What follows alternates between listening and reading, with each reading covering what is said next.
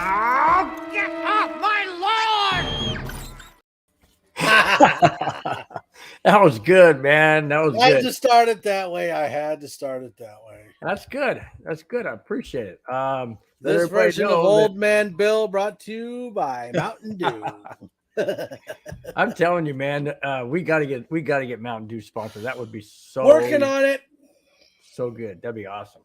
How's everybody out there doing? My gosh, it seems like forever since we've done a neighborhood of the Avalanche. Mr. Bubba Gump. Bubba Gump shrimp's what they got. Oh my We gosh. got Avatar. I need to find something for Avatar. Yeah, you That's do. what I need to do. I need to Yes, find you- him a little video clip just for Avatar. Yep. Can you rip it from the movie? Ooh. Can you do that? Ooh.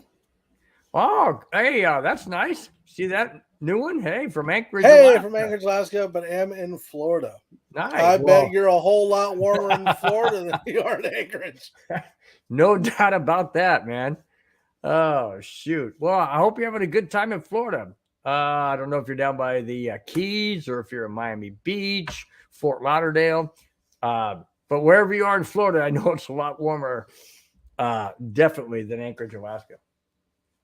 Oh, I'm guessing. But I'm hearing Alaska, Anchorage, Alaska, I hear is very, very beautiful. Oh, Jacksonville. Okay, Jacksonville. well, that's the only one I didn't mention. That's okay.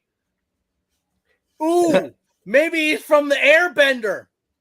Airbender. What the heck is that? Did you take it from the Airbender? Is that a movie? Bill, just listen. By the way, Bill. No, I haven't. Bill? But I will.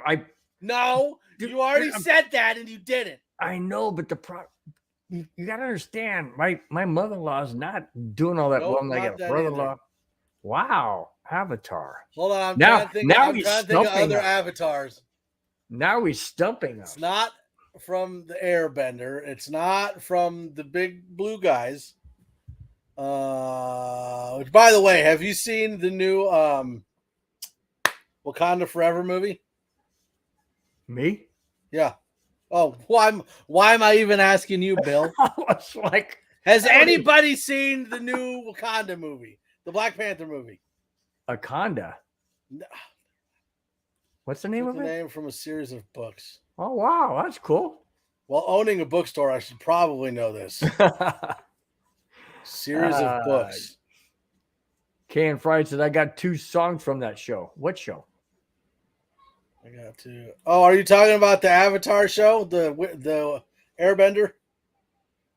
I took the name from a series of books.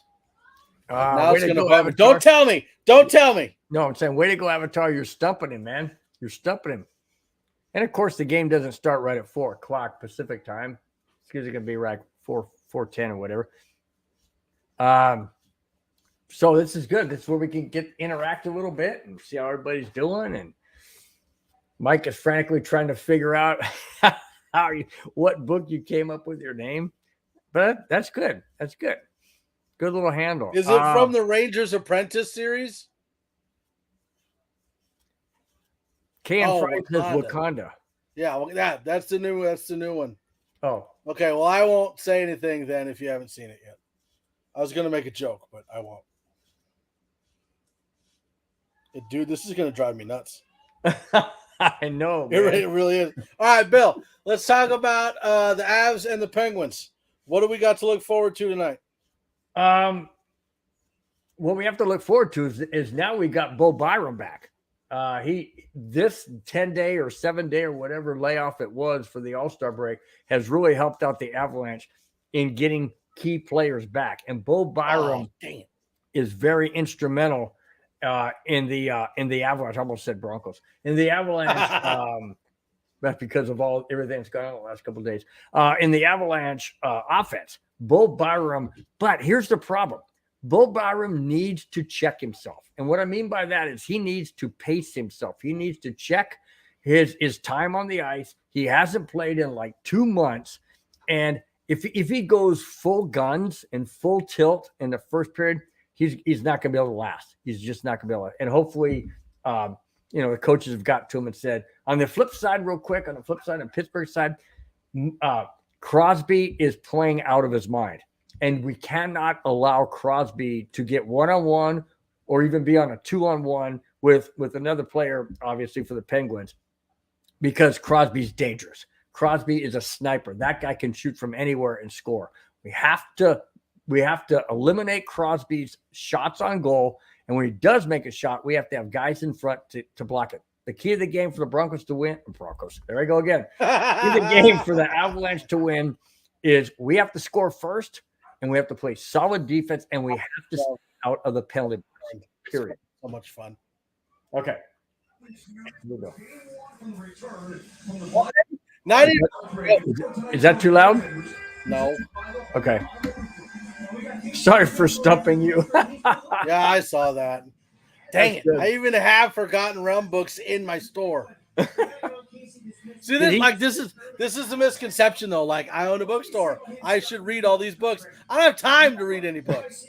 Dude, you got 6 kids. You're back to full-time work. You're doing the only books I'm reading are I Went Potty, Mommy. Like all those old picture books. Those are the only ones I ever get to read. Oh, but you're not talking about yourself, right? You're talking about your kids. No, I read it for me. It's an instruction manual. Oh my gosh, dude. Oh shoot. No, the hockey game is underway. And is that what we're doing here? Well, I thought. And just a reminder that Glenn's not going to be on, but we are going to have a 5280 podcast during the hockey game. So Right. we can talk some Broncos while we watch some hockey. It's all good. It's all good. And when they score, of course, you're going to hear me let you know. And before anybody says it, I'm getting the score up right now. There. Oh, shoot it. Oh, man. Dang. You cannot turn the puck over, guys. You cannot do that. Dadgummit. Yeah, dadgummit, son of a beach. Can't do it. I taught my 5-year-old dadgummit. Oh, So now I'll sit on the couch and she'll be in a different room and I'll say dadgummit. And then you'll hear her going, dadgummit, from the other room. That was a great shot. That was a great shot by Rodriguez, right in the gut of the goalie. Oh, that sounded good. Sponsored. This show is not officially sponsored by what, Mike? I'm working on it. Well, wait a minute. It's not the time yet. It's not the time. Oh, you can't do it? You have certain times you do it? There's certain times where I just feel the need to bring up the sponsorships that we don't have, that we will eventually have. Oh, my gosh. Now is not the time. Okay. Got it.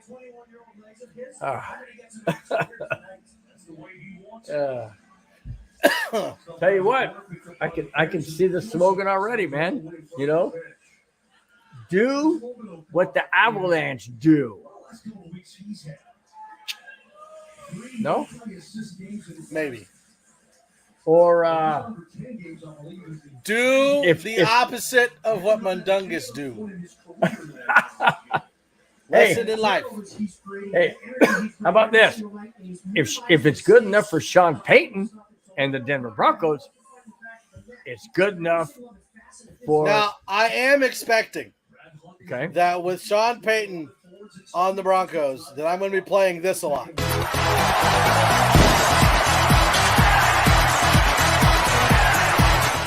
I'm assuming playing that. Yeah, absolutely. I don't think we're going to be held to 9 points in a game and lose 10-9. I don't think that's going to happen. So I think you're right. I'll tell you what, man. During this show tonight, we're definitely going to be talking to Bronco stuff because I mean, there's some good. Why did something happen? No, but there's some good things and bad things. Did something happen? Like what? Oh! Come on, get in the net! Oh my gosh, it's all over. It's still clear. Avalanche got it back. Shoot it! Oh my gosh, man. My goodness, there was like 5 or 6 chances to get in the net and just couldn't find the opening. Yeah, I know. I saw the Kyrie went to the Dallas Mavericks. The sports nonsense and whiskey guys are going to be talking about that tonight. It's going to be fun. I know that they're not big LeBron fans, and LeBron was wanting Kyrie to go to the Lakers. So it's interesting. That's the first time I've ever heard you do a basketball reference, man. Well, but I am a connoisseur of all sports, but I am most knowledgeable in football. Right. That makes sense. I mean, everybody usually gravitates more towards one sport. Maybe I'm wrong, but I'm pretty sure that every team that Kyrie Irving goes to ends up sucking. Maybe it's just me. I'm pretty sure that teams get worse when they put Kyrie Irving on it. Or at least he leaves them worse than when he got there. Something like that. Well, do you think maybe it's because his attitude? It could be. Yep. Attitude. He wants the ball, more than anybody else, that kind of thing. I don't know. With him being on the Brooklyn Nets, he was with Kevin Durant, but Kevin Durant's hurt all the time. So. Yeah, that's true. Another save. Dang it. Avalanche are getting some good shots. In fact, right now, the Mavs. Right now, the shots are 2-0 in favor of. Well, that's why I said they're going to talk about LeBron tonight because neither one of them are LeBron fans, and LeBron was really trying to get Kyrie to go to the Lakers, and he chose the Mavericks. So. Well, not only that, but since I live in the greater Los Angeles area, I get LA News. And they're saying that LeBron James is 36 points away from breaking, not Kareem Abdul-Jabbar, is it? Is it Kareem Abdul-Jabbar? Kareem Abdul-Jabbar, yeah. I think that's who it is. For something like ridiculous points of 37,000. I will say this. Look at how long it took LeBron to do it. And look at how long it took Michael Jordan and Kareem Abdul-Jabbar to do it. Oh, absolutely. But just like football, the game is different. I am not sitting here and saying that LeBron is not top 5 of all time. That's not what I'm saying. Right. What I'm saying is he's maybe top 3. Maybe. Okay. But you look at how many games it took Kareem Abdul-Jabbar to do it. You look at how many games it took Michael Jordan to do it. And then you look at how many games it took LeBron to do it. There's clearly a gap between the two. Yeah. See, Bubba just said exactly what I mentioned right there.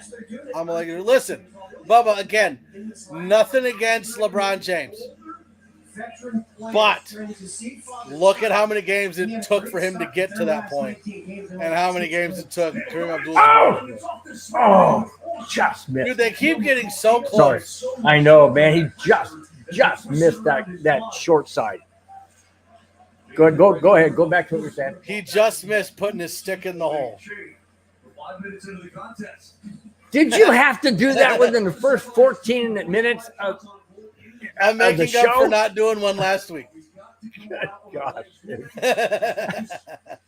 I'm sorry, guys out there watching the show and listening and whatever you are doing and stuff.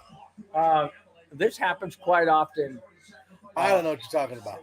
Sometimes multiple times within the show. I'm just throwing out the they just missed again. Throwing out the disclaimer. Put it that way. Good.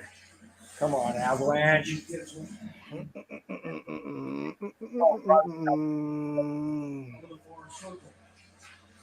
Oh, dude, nice deflection. Oh no, Frank Costa. Well, Frank Costa in net. Hopefully I'm just not sold on. You keep going back and forth on who should be in the net and who shouldn't. Well, I know, and I think the reason I guess I just don't trust Gorgiev to play like George, two or three or four games in a row. I just think Frank Costa is much better against certain teams. I think he's really good against the Oh, no, oh! against Pittsburgh. Yeah, he just missed that. Come on, knock him off the puck. Behind the net. Come on, Av. Get it out of your zone. Get it out of your zone. I'll tell you what, I'm really liking the way the Avalanche are playing. They're playing very, very fresh. Well, of course, they had that time off during the All-Star break. But, I mean, they really are. They're coming out fresh. They're coming out with energy. And in case people out there don't know, the Avalanche are the last wild card team at the moment. They're 1 point ahead of, I forget who's in fourth, but they're 1 point ahead. So they need this win tonight. Absolutely need this win.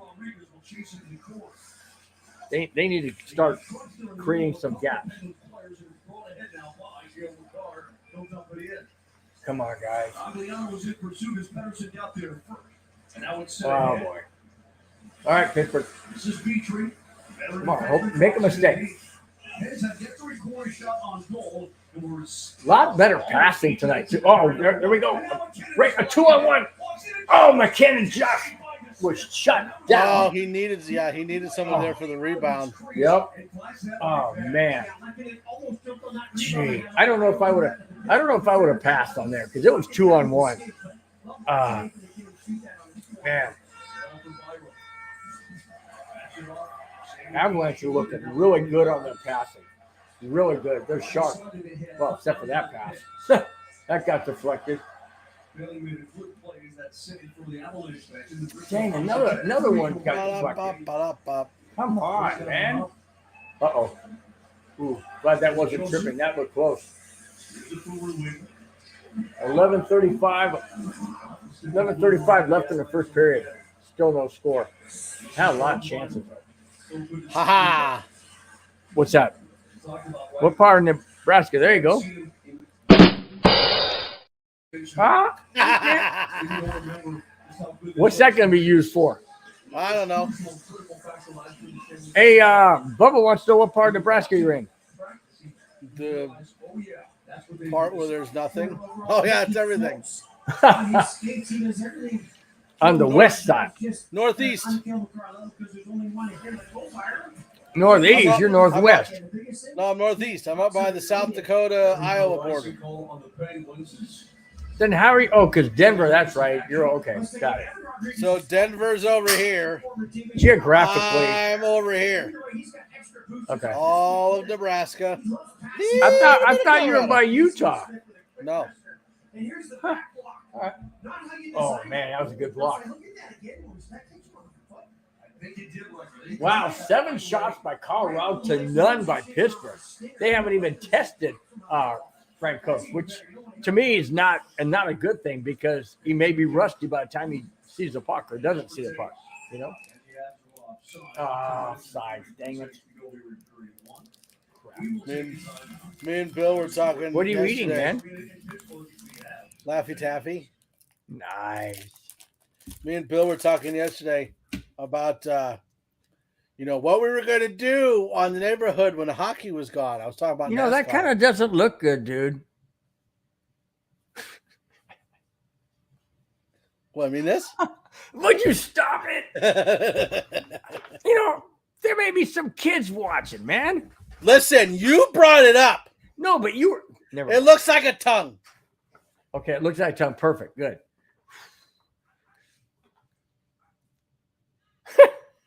That better? Oh man, gosh, man. Avatar's in Denver. Oh. Mm-hmm. Nice. So we got Bubba in Texas, right? Yeah.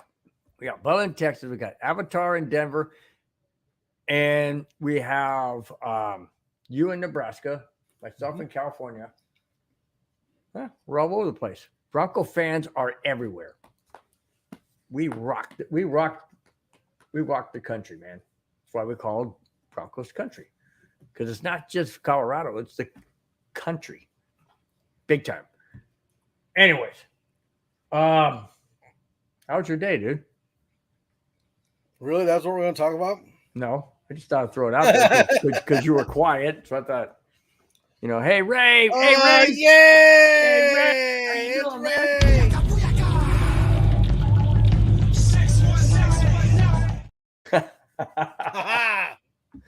Oh, my gosh. Nice. Means he got the neighborhood shirt and A hat? Wild Wild West hat. Oh, nice. Nice. And as you can see, it has certainly improved his statistics as well. This season, he's already Good, man. And he's on track for plenty more, guys. That's great. Dude, that means he's got, what, 2 shirts now? How do you get the second one? Well, he won the first one, Right. and then he got 2 Oh, more. he tied. Didn't he tie or something?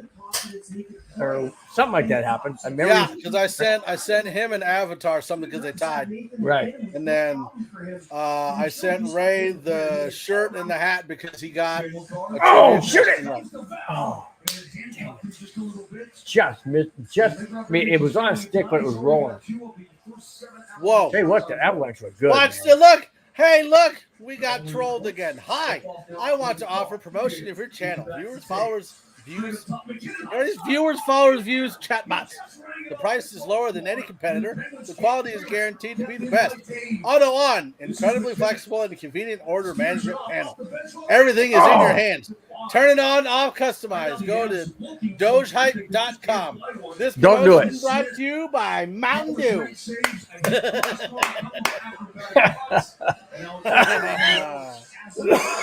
That's crazy, man. Oh, Just missed again. he bought his first shirt. There you go, Ray. Which one did you get?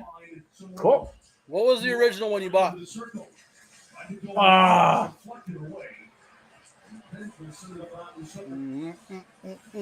Come on, Avalanche. They haven't had a shot on net yet. Still missed. Wow, they still haven't had a shot on net. Come on, Avs. Okay, here's a question. Oh, Byron just fanned on it. Oh, Here's a question. He had a chance. What constitutes a shot on the net? When the Like goal, it says 7 shots to 0 shots. right? It when looks the, like the Penguins shot at the goal, but they didn't hit the net or the goalie. no. The goalie has to make a save, or make it has to hit the goal, or go in the net. Obviously, that's the reason. That's why you could have like 50 shots in a game, but if only 20 of them reach the goalie, then it's only 20. It's only recorded as 20 shots on goal, not 50. It's 50 shots overall. So basically, if the puck hits the blue in front of the net, it counts as a shot. No, if the goalie touches it, if you have a guy in front, like a defender in front, and it hits his skate and he's in the blue, then that's not a shot on goal. It has to physically touch the goalie because he's the one protecting the net, so to speak. Even though a lot of the other guys are, screening and trying to deflect, but that's the reason The why. one with all the cartoon faces. Cartoon faces. Yeah, that was a good shirt until a bunch left. Jerks. I don't remember that one. Yeah, it's the one with. Oh, I'll show you. Hold on. Is it still available? No, but I still have the design. Oh no, that's good that it's not available. If the people left. I mean, you don't want See if to. I can find it. It's all good. It's all good, man. It's right here somewhere. Ba-da-da-da-da-da. Can you hear the? Oh, we got to tell everybody about the new shirt that we talked about doing. Oh yeah, go ahead. It's your thing. Go for it. We'll talk about it a little later. Keep everybody in suspense, right? Wow. See, Ray says he got one of the old ones. There you go. See that? He says, "Ooh, I got one of the old ones." Yeah, you got one of the only ones. Cool. Yeah, I got them here at the house. I just don't wear them anymore because you don't like. not here. That's right. You don't use it for a car rag or anything, do you? Not yet. I haven't gotten to that point yet. All right, come on, Avs. We got it. Oh, now they've got one. Now they got one shot on goal. So it's 8 shots to 1. This game to me is a little bit of what I expected. I expected the Avalanche to come out and play with emotion and energy. But because they've had that many days off, and 3 of the Avalanche players were in the All-Star game, so they couldn't really do their normal practicing. Right. And the game speed is much different than practice speed. Much different. Plus, you're not going to hit your own guys and try and hurt them, but you're going to do that to the Penguin player, hopefully. So, so it's much different. Golly, that goalie just keeps snagging him. Isn't that his job? Not when they're playing the Avalanche. I want them to miss them. Ah, okay. I mean, hopefully, hasn't happened obviously yet. So now it's 9 shots to 1. This is exactly what the Avalanche did do, because the more shots you take on net and actually get to the net, obviously you have a better chance to score. So they're doing the right thing and just not getting it past them yet. Okay. Yes. So technically, yes, I'm a Cornhuskers fan. Am I a Cornhuskers fan like I am a Broncos fan? No. When I got married, I was a Broncos fan, and my wife was a Huskers fan. She didn't watch much pro football. I didn't watch much college football. So we decided that she would become a Broncos fan. I would become a Huskers fan. She really hasn't held up her end of the bargain. But I would say out of all college football teams, I know the Huskers the most. But I wouldn't say that I'm a diehard fan. Okay, that's fair. That's fair. Because you got like Army, which I follow a lot. Yeah. That's it, just them. I don't care about anybody else. Oh, man. Come on, Avs. Get out of the zone. Watch it. Watch it. I'm surprised that, there's 7 minutes left in the first period and not one single penalty. Thank goodness, at least for the Avalanche. Nice pass. Come on. Keep it in zone. Good. McKenn's got it. Boy, that guy. Oh, shoot it. Oh, right in front. Oh, that was a great deflection, but just wide. Wow. Nathan McKinnon, that guy is amazing. His stick handling of the puck is incredible. All right, Bill, he's got this shirt. Shoot it. Oh, just missed. Oh, just grazed off his shoulder. What's that? Bill, he's got this shirt. Oh, okay. I remember that one now. I remember that one. Yeah, we got quite a few that aren't on there anymore. Yeah. That's what they get. Yeah. That's cool. 1, 2, 3. I think there's 3, yeah. Oh! God. 11 shots to 2.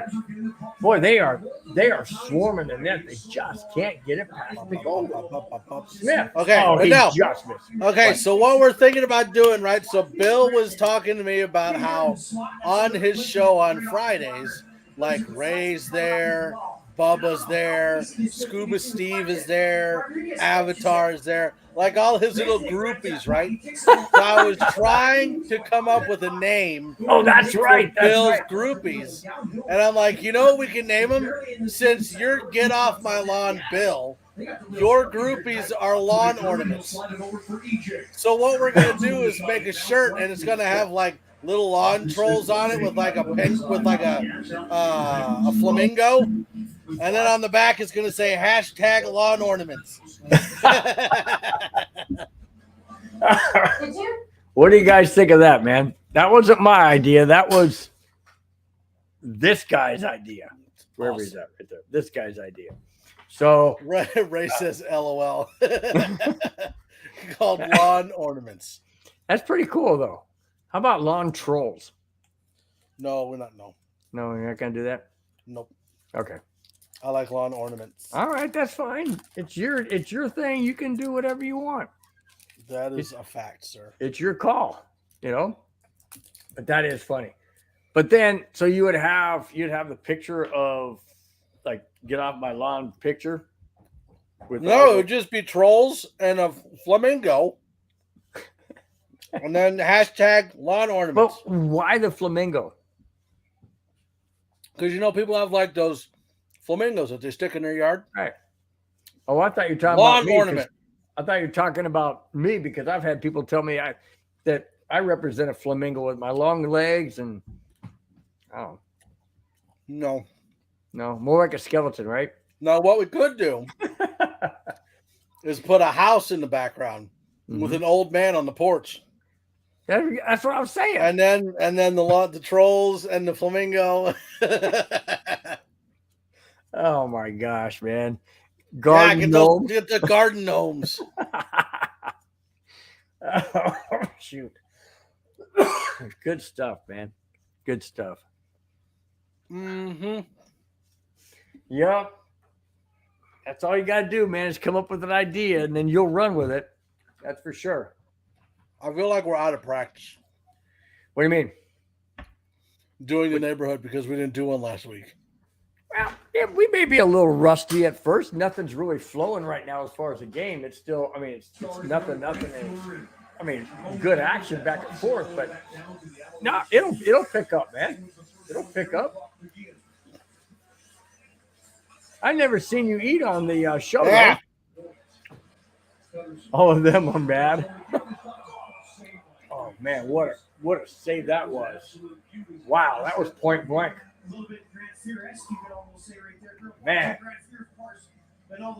Oh yeah, that was definitely point blank. He just gloved it. Wow.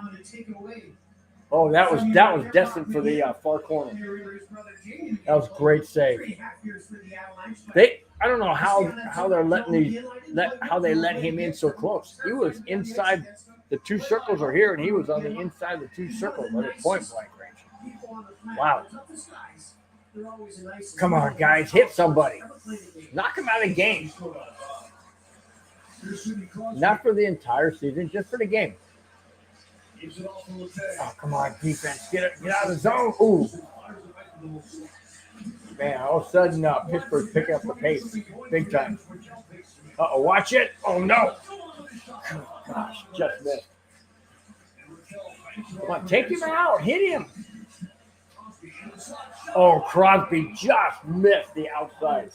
Wow. Good. That's what I said. Sidney Crosby, you got to watch out for that guy. That was 1-1. Oh, I know, just high. Just a little bit too high. Oh, come on. Man, this is end-to-end action. Was it 13-3 in shots? That's going to be icing. Dadgummit. Come on, man. Dadgummit. She didn't do it. No. 4:37 left in the first period. And then at the end of this period, I'm going to break away for 30 seconds and go turn on the outside lights because it's starting to get dark here. What he means to say is the No, I'm upcoming not going potty to break PT. is brought No, to you I'm not by going Mountain for Dew. Do you want me to take? You want me to take a picture? Want me to take my? Oh, I can't take the camera because it's good. No, it's not a potty break. Maybe the second emission will be, but not the first. No, it's just I want to close down the drapes and turn on the lights and We should make a drinking game. 1 shot per time Bill wants somebody hurt. No, I don't want to be sloshed when I'm doing this. Nah, it's just if we could take out Crosby, I'd be happy. You know how much money I have to spend on alcohol if we're playing that game? How much money? What? You know how much money I'd have to spend on alcohol if we were making that game? No. The amount of shots that we'd have to do because you want people hurt. Like my alcohol budget would go way through the roof. Yeah. See, we need Glenn in the house on the show to do something like that. That'd be fun. I could see Glenn. Holy crap, dude. We had that conversation the other night too. We were talking about Bill looks like the guy, like the get off my lawn guy. Glenn is Kojak. Yeah. Yep. Absolutely. Come on. Come on. Now we're inside 3 minutes. As of now, we're inside 3 minutes. So here's a question for you, Bill. Yes. How come, like every single game the Broncos play, we talk at home, we talk about how the visiting team is going to be affected by the altitude, but we never talk about the altitude when it comes to who the Avalanche play? You know what? That's a good point. We never have. And MHRT, the Network for Alcoholics. If we turn that into a game, it will be. Like, oh, go for the knees. Dang it, Bill. Shot. oh, shoot, man.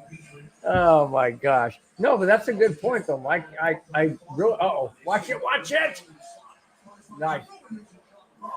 My gosh, you cannot let these guys have that close of shots.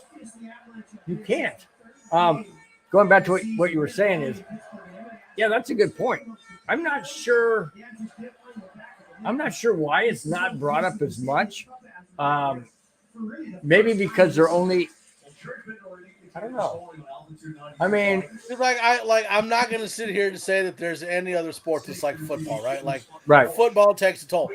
But when it comes to hockey, like, you're constantly going. Yep. You don't That's have true. like the 10-second burst and then you have 30 seconds off, right? Shoot out. Yeah, exactly. So you would think that like a soccer team or a hockey team would be more affected by the altitude in Denver than the football team would, right? Although we the never difference, talk about it. But although the difference would possibly be this. In football, you have the same offensive line, the same offensive players per se, except maybe a wide receiver goes out and a running back comes in or that kind of thing or whatever. But for the most part, you have the same guys on the field the entire time. In hockey, they may only have 30 or 40-second shifts, and then they're off. And then they sit for another 2 or 3 minutes, and then they're back on. That's got to worth a penalty, man. Yeah, that's a good point.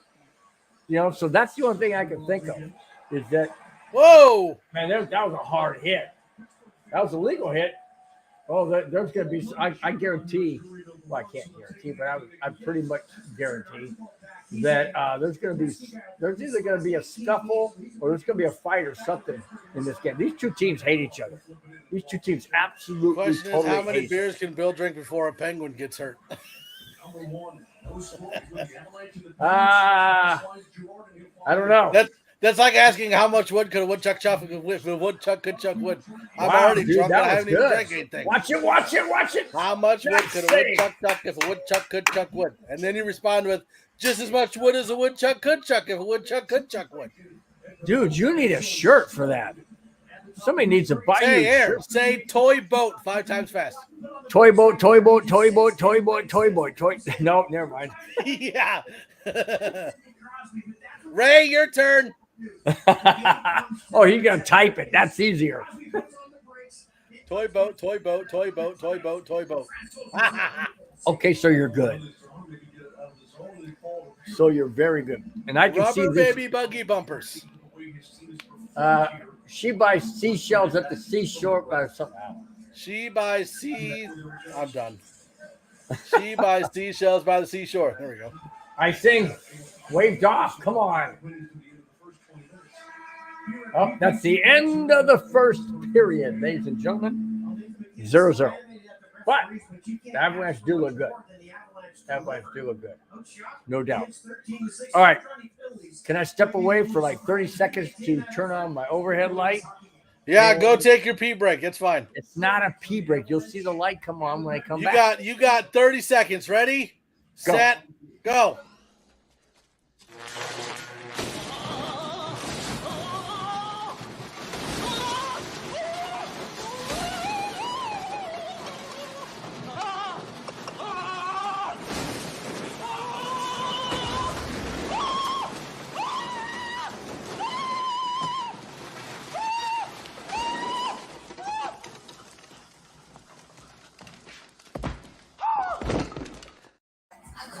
He failed. Didn't make it back. That was 28-second clip. So he failed. But Synchrony How Bank dare can he? help you get a handle on the future. So we should be getting joined here by Mr. Cameron Parker here in the next 15 minutes. And then we'll talk some Broncos because we got a lot going on. Just brought in Sean Payton. Lost a couple prospective talent or coaches for defensive coordinator. You failed! You failed! Yeah, well, I took a You different failed! because I forgot to turn on one thing. And I don't want to hear your commercials. Good gosh, man. This epic failure brought to you by Mountain Dew. How many seconds was it? Seriously. Well, the clip I played was 28 seconds. I didn't run. You should have. Oh, yeah. You might break a bone or something. Man, that's rough, dude. A strong breeze and Bill gets a fracture in his head. Oh, man. All right. So what does everybody out there think about Sean Payton? Are we happy? He took the scenic route. He went around the bush instead of through it. Oh, shoot. That's good stuff, man. That's good stuff. I had to have I signed us up for like our benefits at work, so like our dental insurance, vision insurance, life insurance. And I brought the papers home to the wife and I showed her the papers. I was like, look over it and see what we got. And she said, you got life insurance? I said, yeah, it's this amount if I die. And I said, but listen, because I know I'm gonna have to tell you this. I'm pretty sure there's a murder clause in there. Like if you murder me, you don't get the money. So That's don't true. even think about it. But I don't think there's a murder clause in hers. So watch out, wife. You better be on your best behavior. I don't think there's one in hers. Oh, I'm gonna call the lawyer and be like, take the murder clause out.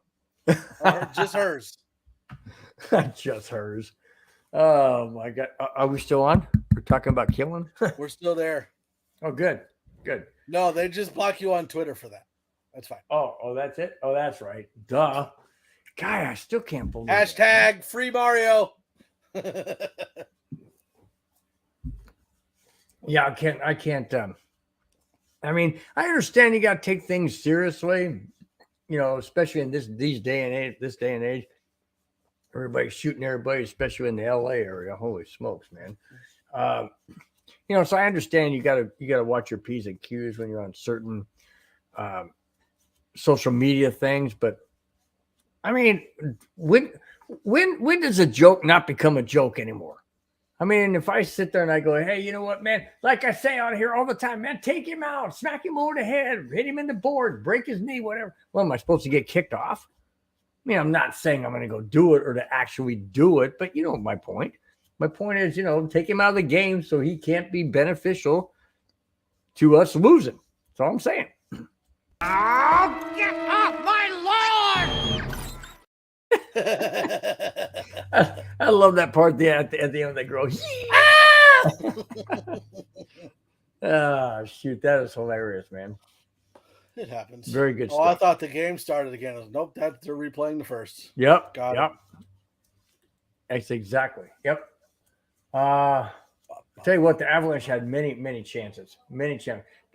Couple of pucks rolled, so it wasn't flat enough to, take a really good angled shot. Another one was right off the shoulder of Smith, the goalie, and just missed the post. Right. And just great chances. But I'll tell you what, when you leave Crosby open like that close to the net, that wasn't Crosby. What? No, but it was a pass from Crosby. That's dangerous. You can't do that. You can't allow. You got to shut because Crosby's too good. And well, I mean, same with McKinnon. Same with McKinnon and McCarr, Rantanen. But let's see what you say. I like the sign of what? I like the sign of Sean Payton. Oh, Sean Payton. Liked what he had to say. I learned a little more about him and things he did in New Orleans. Me too, Ray. Me too. Well, you don't sound too enthusiastic. Listen, after the last 7 years, I am Very cautious. hesitant. I am optimistically cautious. Yeah, big time on that one. You're like, yeah, me too, Ray. I know if you guys have heard me say this, if you watch my shows, especially last Friday, I have mixed emotions, but I'm feeling better after watching his presser and his introduction as Broncos head coach. I know he starts to answer the question. He goes off on tangents. I don't know who that reminds me of, but Not at all. No, No idea. But exactly. See, but, me and Ray, we're right there. There you go. But my thing is, hopefully, like, and he did mention this too. He did allude to this. He didn't talk about walking away from the Saints per se. He didn't mention about Bountygate, which I really don't have a problem with, if you know what I mean. Anyways, you're getting caught.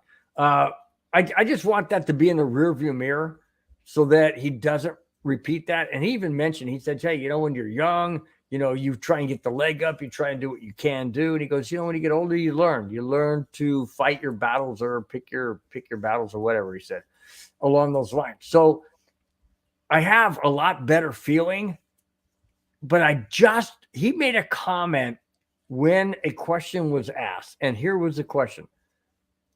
Is Russell Wilson going to keep his own office and his entourage at the facility? And Sean Payton's answer was, that is very foreign to me, and that's not going to happen. How does that rub Russell Wilson? Does Russell Wilson all of a sudden put his guard up and go, you know what, dude? Nope, now me and you are on opposite ends right off the bat. Or does he say, hey, you know what? Okay, that's cool, whatever. I don't know. That part bothers me because Sean Payton's going to be here a lot longer than Russell Wilson is. And I just don't want it to get off on the wrong foot right before it even starts. And that part right there bothers me. He should never have had his own office. He never should have his own entourage wherever he was. That was Nathaniel Hackett giving in and trying to be buddy to the quarterback and not a leader. Sean Payton's different. I just have that major concern, and that bothers me. What do you think? You're sure that you don't want to have Nathaniel Hackett back? Nope. That's why he's on the East Coast, and we're not. See, for me, I don't think it really matters what Russell Wilson wants. You know what I mean? Like, what's he going to do? Demand a trade? Who's going to trade for it? Well, no, I don't think after this. Well, but that's what I'm saying. Like, after this last season he just had, what power does he have? Like, is he going to demand a trade? To who? Who's going to trade for him? Well, he wanted Sean Payton. He even reached out and said, I need fixing. Fact. Mountain Dew is king. I got to feel we're going to get a sponsor some way, somehow from Mountain Dew because you just keep plugging it. So, hey, they're going to eventually have to say, why not? Pretty much. Yeah, no, I'm not saying he's going to demand a trade. What I am saying is that there may be some friction between Sean Payton and Russell Wilson before the season even begins, or even OTAs, or even mandatory workouts, or even the draft. I mean, obviously, right now he put his foot down and said, hey, that's foreign to me. That ain't going to happen. Right. So I haven't heard Russell Wilson come back and say anything in Twitter or any type of interview or anything. So I don't know. I just don't want to start out bad before it even gets going. That would definitely not be idealistic. Russell Wilson needs to understand, hey, and the other thing too that was brought up was, and Sean Payton, I believe, mentioned this, and that was Russell Wilson was looked at as being up here, and everybody else in the locker room is down here. You can't have that. There's a divide there. You can't have that. You need to be on equal plane. And if you're not, and you're expected, I know, I saw that. Look at that. Drink Mountain Dew, Bill. I don't know, that caffeine messes with me. Do you guys think I have enough energy now? Do you want to see me go like the Energize? Yes, I do. I very much do. Oh, shoot. Well, maybe I'll tell you what. For the next Avalanche game we do, I will get one of those smaller ones, but I'll get them. You know what? I think I may have one in the garage. That's weird. What? You. On Mountain Dew, it's funny. All right. No, I'm just thinking. We're going to be switching over to the 5280. So give us just 1 second while we get going.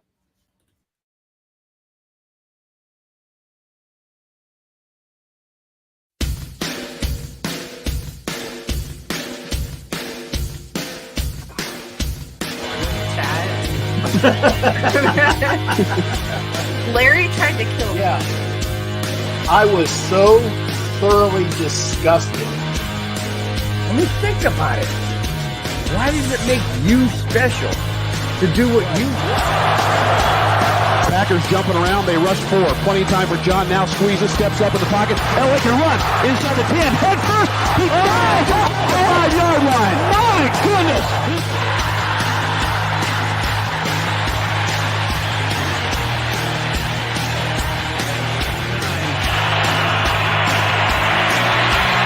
Rushing 4, ball comes out of the hands of Newton.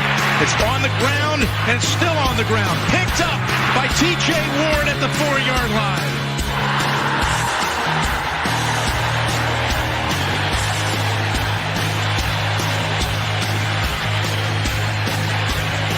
There's also Brian Clady and Bob Miller. Third and long 3. Going deep. Oh, and he's got Thomas. Goodbye. Touchdown.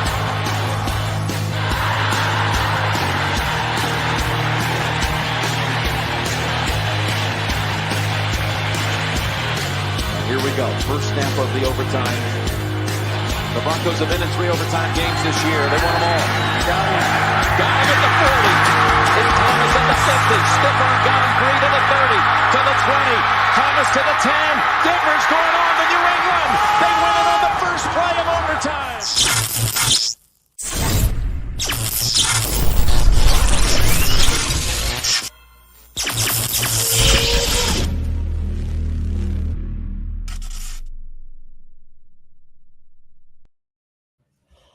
Well, welcome everybody to a very interesting version of the 5280 podcast. During the neighborhood, we figured we'd I figured we'd put them together since it was going to be at the same time. So welcome Cameron Parker to the show. How we doing, Cam?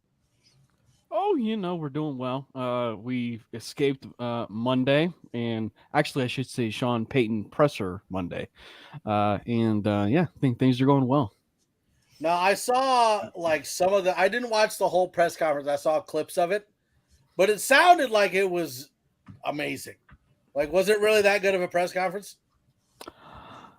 I mean, virtually of me not being there. Yes, it looked amazing. I can't actually say, for anybody that is actually in the building and, stuff like that. So I can't say for Benjamin Albright or, I don't know if Edwards was there, but I think Cody was there, so I can't definitively say, for any people that were actually there. Albright gave Peyton some juicy fruit. So I know Albright was there. Right. What I heard was completely different than what I heard when Nathaniel Hackett had his presser and his introduction. This one is more like what I wanted. I wanted this from Nathaniel Hackett to be more focused, to be, point blank, say, this is, in fact, you may have caught this, Cam. When asked about who he wanted to win the Super Bowl, he said, we never want any AFC team or AFC West team to win other than, a good Sunday is the Broncos win and the other three lose. So he's already saying he's not giving any credit to any other team in the AFC West, which I love. Well, and I think if you look at it from where things were like at least during the season with Nathaniel Hackett, like he was playing too much of like the middleman when it came to like rival teams, which has its place certainly. Like you don't want to like talk down an opponent, but I mean, like look at the team that's actually like in the Super Bowl right now, and Nick Sirianni, like he will literally let it be known who the rivals are, and or even who like the opponents are, and just say screw them all the time. And that certainly can have some bad connotations, of course, but like you want your head coach to be like immersed into the culture for your franchise and for everything that you put forth. And so for a guy that you basically traded / hired in Sean Payton, to have that right away, I think is a proof that he is, one, a successful head coach, but two, he's a student of the game. And I think that him coming from that Shanahan, collegiate tree, I should say, because like Shanahan and I think Tony Romo went to the same college. Like they understand, like they absolutely understand, and I'm absolutely positive, especially with Sean Payton's case, that there's been conversations, of course. So I have a question. What did you think about the question that was posed to Sean Payton about Russell Wilson having his own office and his entourage? And his comment was, that's foreign to me, and that's not going to happen. Do you think that's going to immediately cause Russell Wilson to take a step back and go, whoa, I'm not liking this right off the bat, even though I wanted him here? What are your thoughts on that? I mean, I will say that I think that we should never stop Sean Payton from everything that he wants to do here, because that's the sole reason why the Broncos gave him the money, traded for him. They're basically going to be giving him every single resource to run this football team. And the football team in general, and it's not just Russell Wilson, but the football team in general needs that Bill Parcellian way of life pounded in their brain for every single person that is on this team. So I mean, Russell Wilson is going to take the brunt of that because it's a quarterback-driven league. But I mean, absolutely, you want to do what you can. You want to do what you can to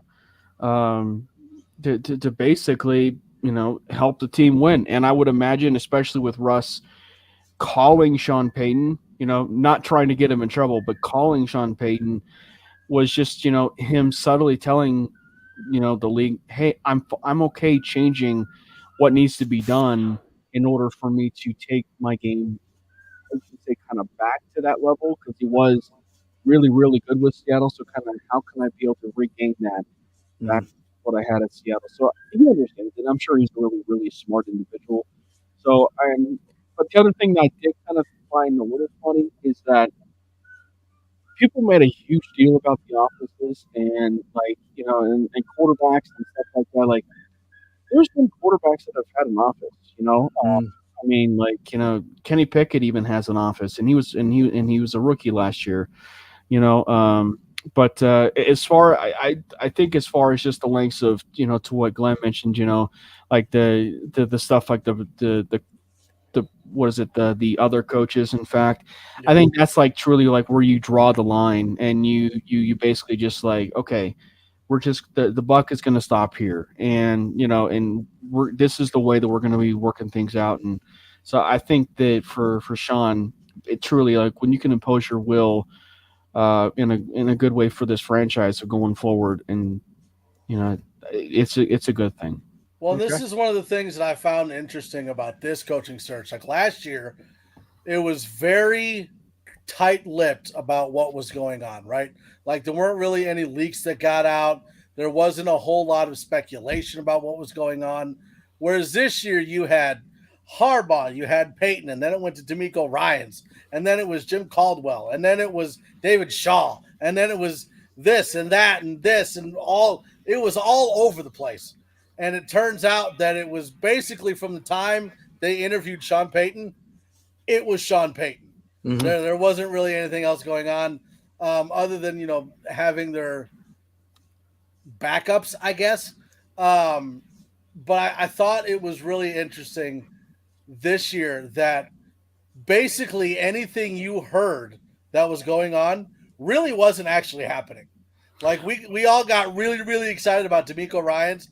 Like D'Amico Ryans is coming to Denver. He's definitely going to be here. But that whole time it was Sean Payton and not D'Amico Ryans.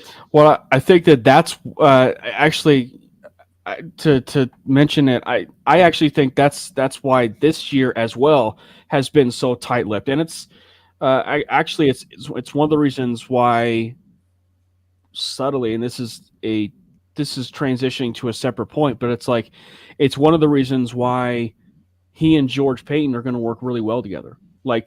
Because that was one of the big things with Payton was things were so tight-lipped and under wraps, and we kind of saw the makings of that happen this year. And the one thing that was different was you got leaks from everywhere and you didn't know what to believe. And so I think that, from the vantage point of where the Broncos were, they were probably wanting it to go to various different directions and, not exactly have it swayed in one particular direction.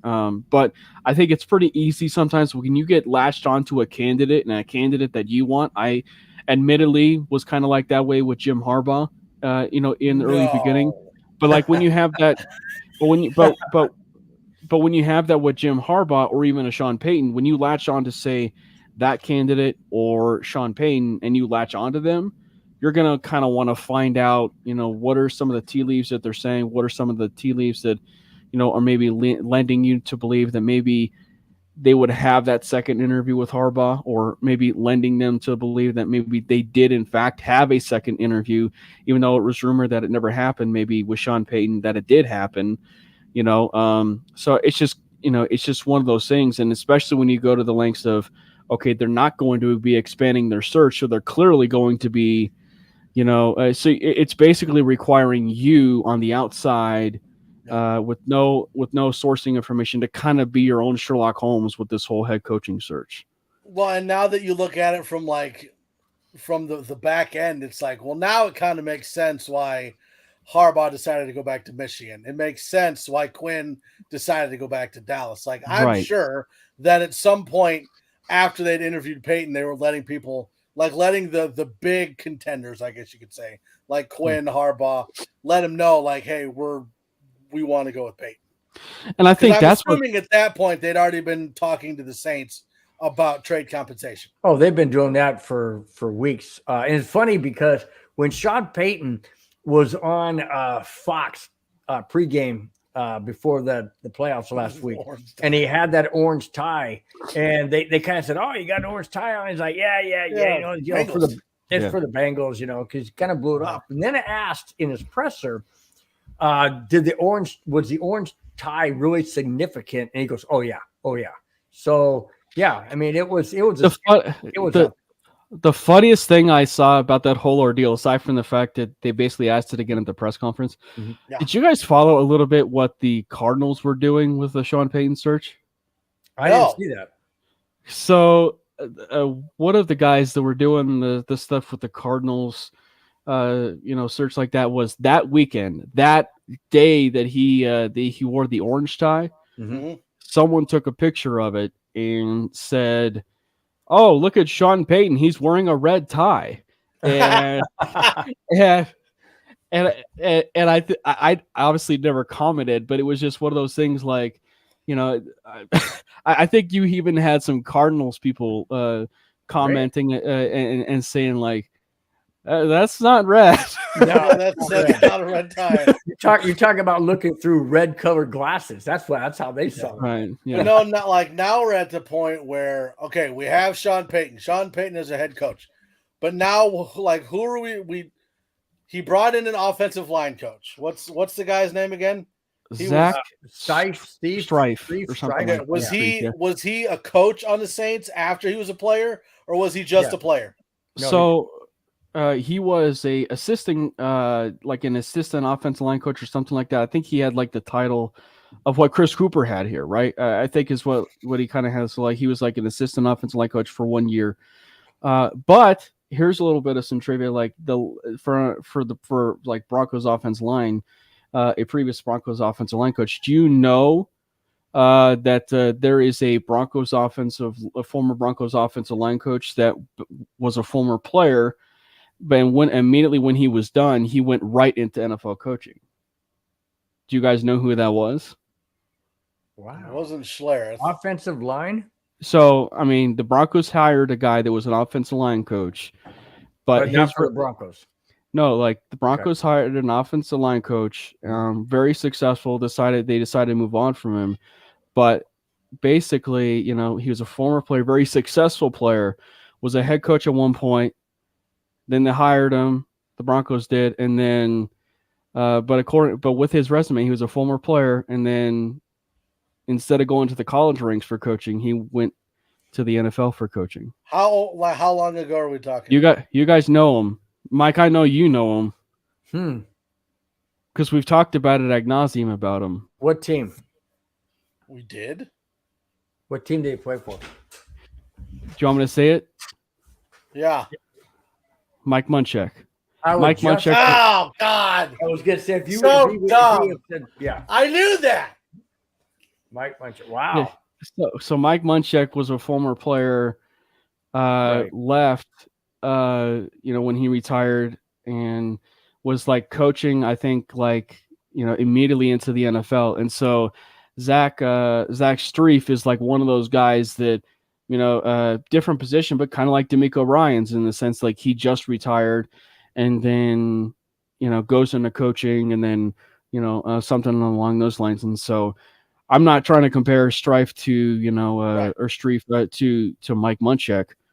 So I think he that ends up being like Mike Munchak. Yeah, no kidding. Right. But I will say though, he comes very, very, very well respected.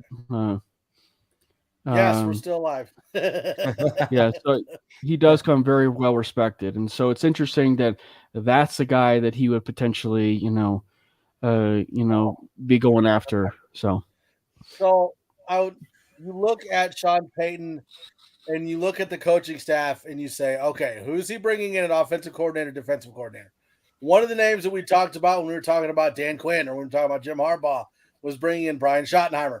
Brian Schottenheimer is now with the Cowboys, so that's not actually he's been with the Cowboys. He stayed with them. Yeah. Whatever.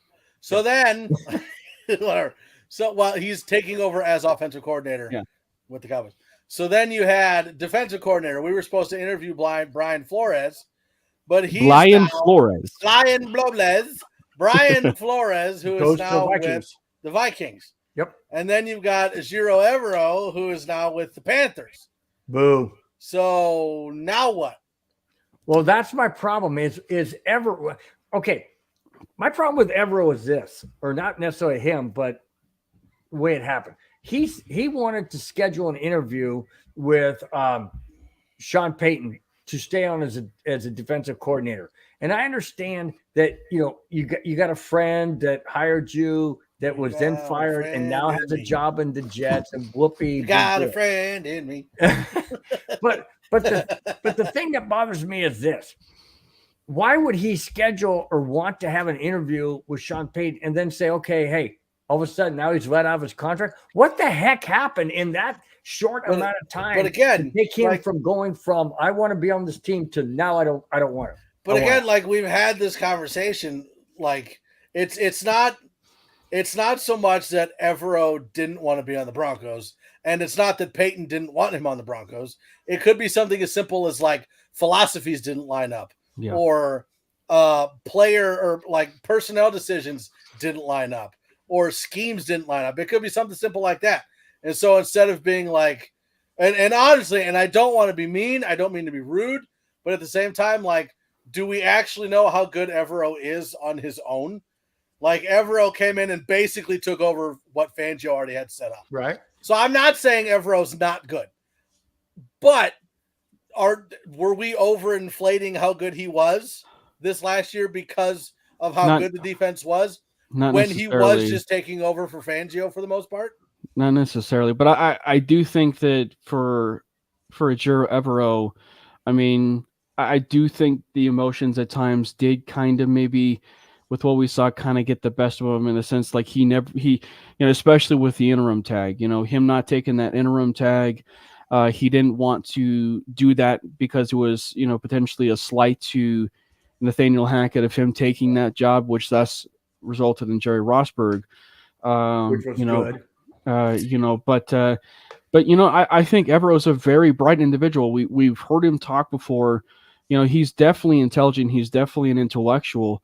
And I will say there was also moments where, like Brian Flores, he had head coaching interviews lined up, or he had taken second round of interviews with head coaching jobs, and two of those teams are probably still looking for a head coach. And so I think probably, it's one of those things like, the Broncos were just trending them, for one, to what Mike said, that they're probably not going to be able to keep him, as much as, maybe it was a philosophical difference, or, or maybe it was just, they just didn't see the whole mesh between he and Evero. So I would just, I tweeted it, but I just said that, I would just pray that, when they went their separate ways, that it was just a mutual respect of parting of ways, and, not something that is like, he's driving off in the distance and then decides to light a fire as he's leaving, kind of thing. I hope that it was just we're just going to go our separate ways, and clearly Evero landed in a really good situation. Frank Reich going and being hired by Carolina and then going to that staff, I think shows you also how bright Evero is. Well, and that's one of the things I was talking to Bill about, like stepping aside from the Broncos a little bit, like the Panthers hiring Reich and then Reich bringing in Evero. The Panthers could potentially be a dangerous team next year, depending on who they bring in as offensive coordinator. I don't know if he did or not already. I don't pay attention to the Panthers. But with Reich and Evero, that's a pretty good coaching staff. And like with Brian Schottenheimer at the Cowboys, I think Dak is going to be better under Schottenheimer than he was under Kellen Moore. Hey, that's just me, though. Can I interject something real quick? This just came in from NFL Network, or NFL in general. Raiders have granted the Saints permission to have quarterback Derek Carr come in for a team visit. The Saints? See, so we basically helped. We basically help the Saints, give them compensation, and allow Derek Carr to basically leave our division because we hired Sean Payton. Perfect. See? I was wondering where Derek Carr was going to go. Yeah, they've given permission for him to go and talk to the Saints. So then the question is, and again, away from the Broncos, but in the AFC West, what do the Raiders do at quarterback now? Like Tom Brady's not going to play. No, I don't know. Well, no, maybe he comes back. I don't think there's any way he comes back this year. No, I don't either. I think that if Tom Brady had come back and just ran the league, like he normally does, I think he'd probably come back. But again, not saying that Brady played bad, but he played average for Brady, which I think is enough of a drop off for him to be like, okay. I think that's what makes this whole Rodgers thing interesting, is because you have one team that's literally at this point probably hedging all of their bets that they get Aaron Rodgers, and that is the Las Vegas Raiders. And then you have the New York Jets. I heard the Jets too, because of but I'm saying the Jets, they at least have more resources in the sense that like they could also trade for Derek Carr. And and the Raiders, if they get rid of Derek Carr, who's to know that they still will have enough money to bring on that kind of contract, especially with the contract extension they were able to sign for Devontae Adams. So I mean, like it's just one of those things. Like I mean, like you have one team that's truly like hedging their own bet in a sense that like one, they're probably banking on Brady. Well, Brady's retiring, and then you have the Jets where they could go any numerous directions. They could go with I don't. It's a very under the radar one, but you could go with like Baker Mayfield or Jimmy Garoppolo or, Aaron Rodgers or even Derek Carr, so I mean, like, there's a lot more avenues for the Jets to like, go get a quarterback versus the Raiders, which is like, with Adams, they're like, go out and get Rodgers basically. And so I just, it's interesting to me. Yeah. I keep trying to figure out like what quarterback is going to go where. Because like Derek Carr is obviously the big one, right? But then Jimmy G would be the second one. That's what I was going to say. I think as far as like quarterbacks that are available, Jimmy G would be the second. It makes sense. You're saying after Rodgers and Carr, basically. I'm not even counting Rodgers because you never know if he's going to go or not. True. Like last year. But like aside from Derek Carr, like Jimmy G would be the next one in line, right? And Jimmy G makes sense on the Raiders. Well, maybe Lamar Jackson. Maybe Lamar Jackson. Yeah. Do you just really in general? Do you think the Ravens are going to let him go? No. Well, see, he's in such a weird position than anybody. Like, he's like Russell. He's like Russell Okung, and stuff like that. Like where you have basically like he's his own agent basically, and so it's such a weird dynamic with that it's like he kind of controls his own destiny in that regard. So it's like if he just for a second, I have to respond to that. Scuba Steve, damn you! That's okay. Now we can continue with what we were doing. Say you're a Pittsburgh Penguins fan. How is that possible? Why? Because where'd that come from? Man, that was out of I don't know. Like, I love the fact that the Raiders they can say whatever they want, but complete turmoil. Like, say what you want, but you don't have a starting quarterback, and you've got a coach that sucks. You're just paying him too much money that you can't let him go. Right? Well, that's the thing that makes me laugh, that like the only reason why Rodgers would want to go to the Raiders is because of Davante Adams. That's it. I mean, when you have a team that, from everything that we read story-wise, that McDaniels has literally got that entire team in shambles again. He ousted Derek Carr, and I don't know if you guys heard or read the story of where McDaniels literally read his own emails, Carr's own emails, or something like in practice or something like that, like doing things that are like toxic in nature. And then, we're getting, stuff about, Hunter Renfrow being on the move and Darren Waller being on the move. If I'm Aaron Rodgers, I'm like, I'm sorry, why I'm not. Why would I go there? Why would I want to be a part of this Raiders organ? So it just doesn't make any lick of sense, whatsoever. Why, for the Broncos though, it made sense. Like there wasn't really like any attachment, for him to, go there, except for the fact that Nathaniel Hackett was like, the head coach there basically. And so it's just like, it at least like logically made sense. And maybe that's why the Jets are heavily favored, because it's like the Jets make sense, right? Right. Yeah, exactly. Like Nathaniel Hackett, you've got a good running back, you've got good receivers that you just drafted, you've got a defense that's up and coming. Why would you not go to the Jets? Right. But we said the same thing about the Broncos last year, like you said. Like the Broncos, a quarterback away. Come on, Rodgers. Right. Screw you and go back to Green Bay. But it bit you in the ass. But it wasn't Wilson. It wasn't Wilson's fault. It was Hackett's fault. We saw that the last two games. So, but that's a different story.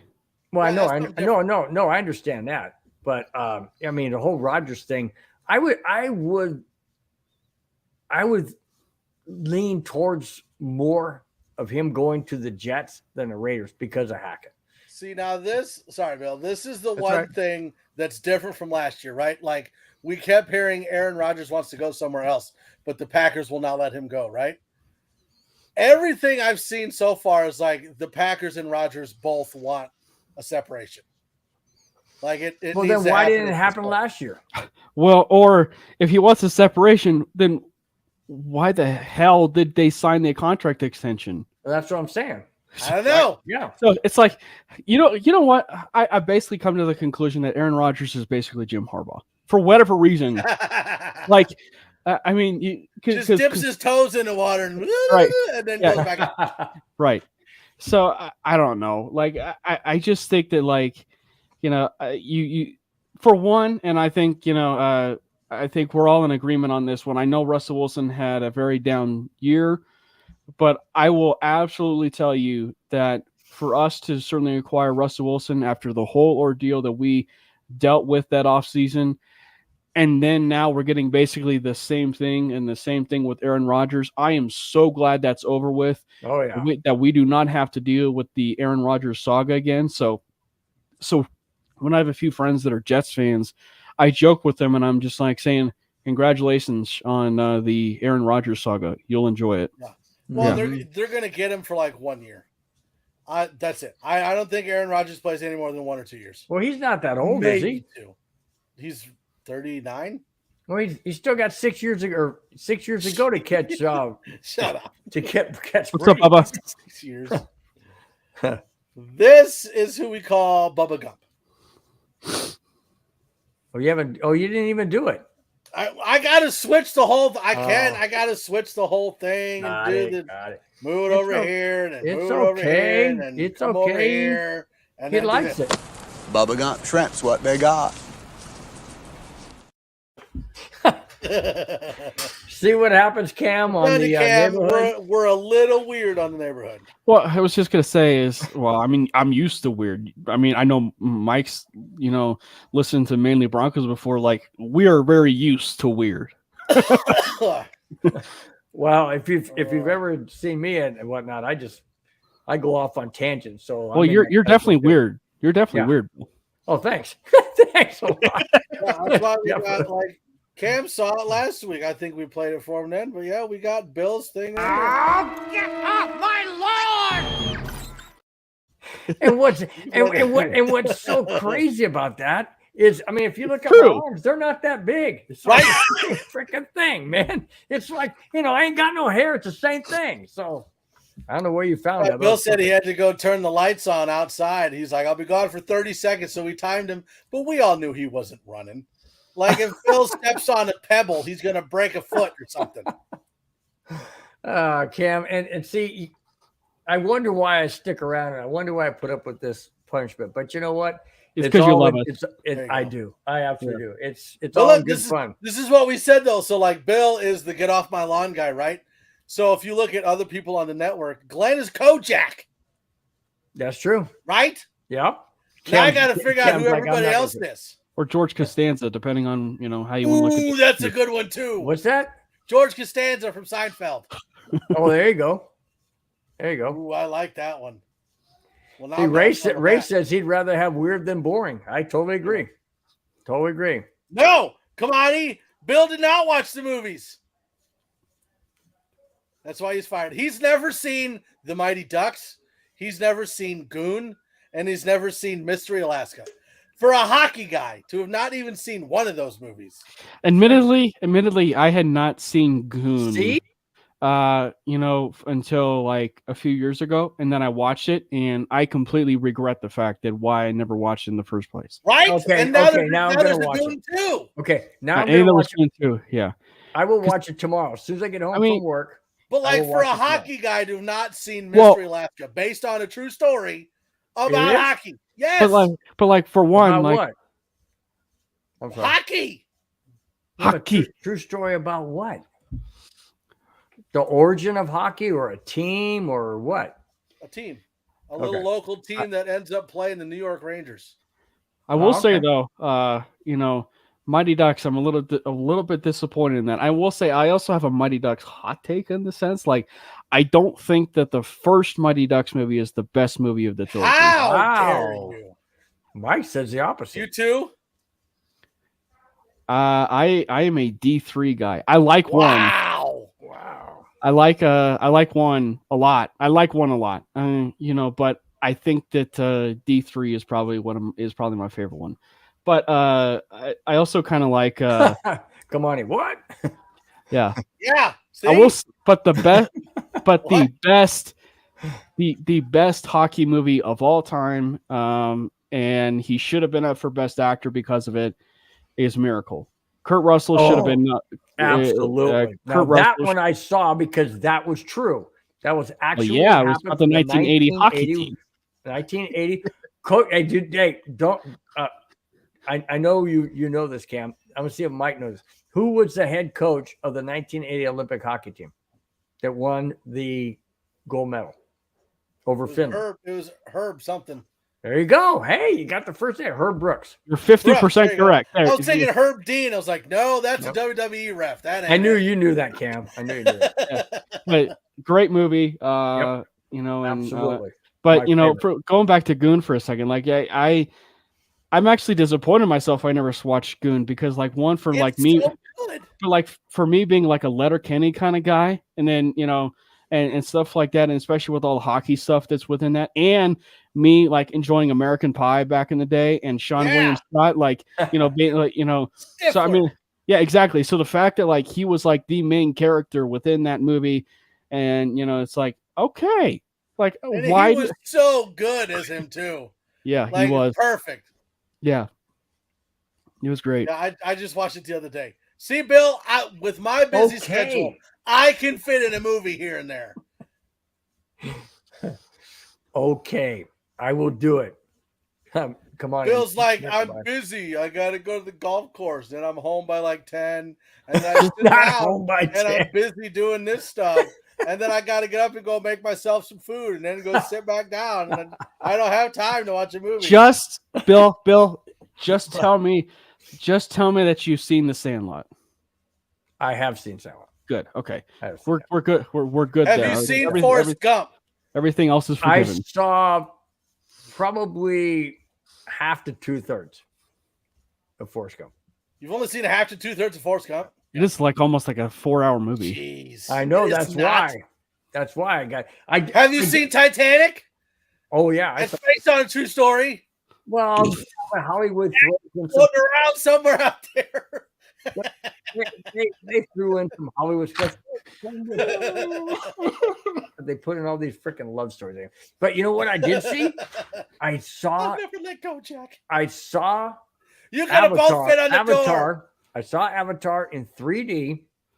My apologies. And my son took me to go see it. He's like, that's another good one. I did see that one too. That was cool. You know, hey, Joe Mama. That's the best name I've seen. Joe Mama. That's true. That's not true. You know what the best one that you saw, Mike? It was the one that commented like 2 weeks ago, and his name was Sick Ass Foo. That was the best. That one was good too. I don't know, man. Joe Mama's pretty good. Yeah. Yep. Admittedly, because like I love baseball so much. When I see, is that a Big Mac?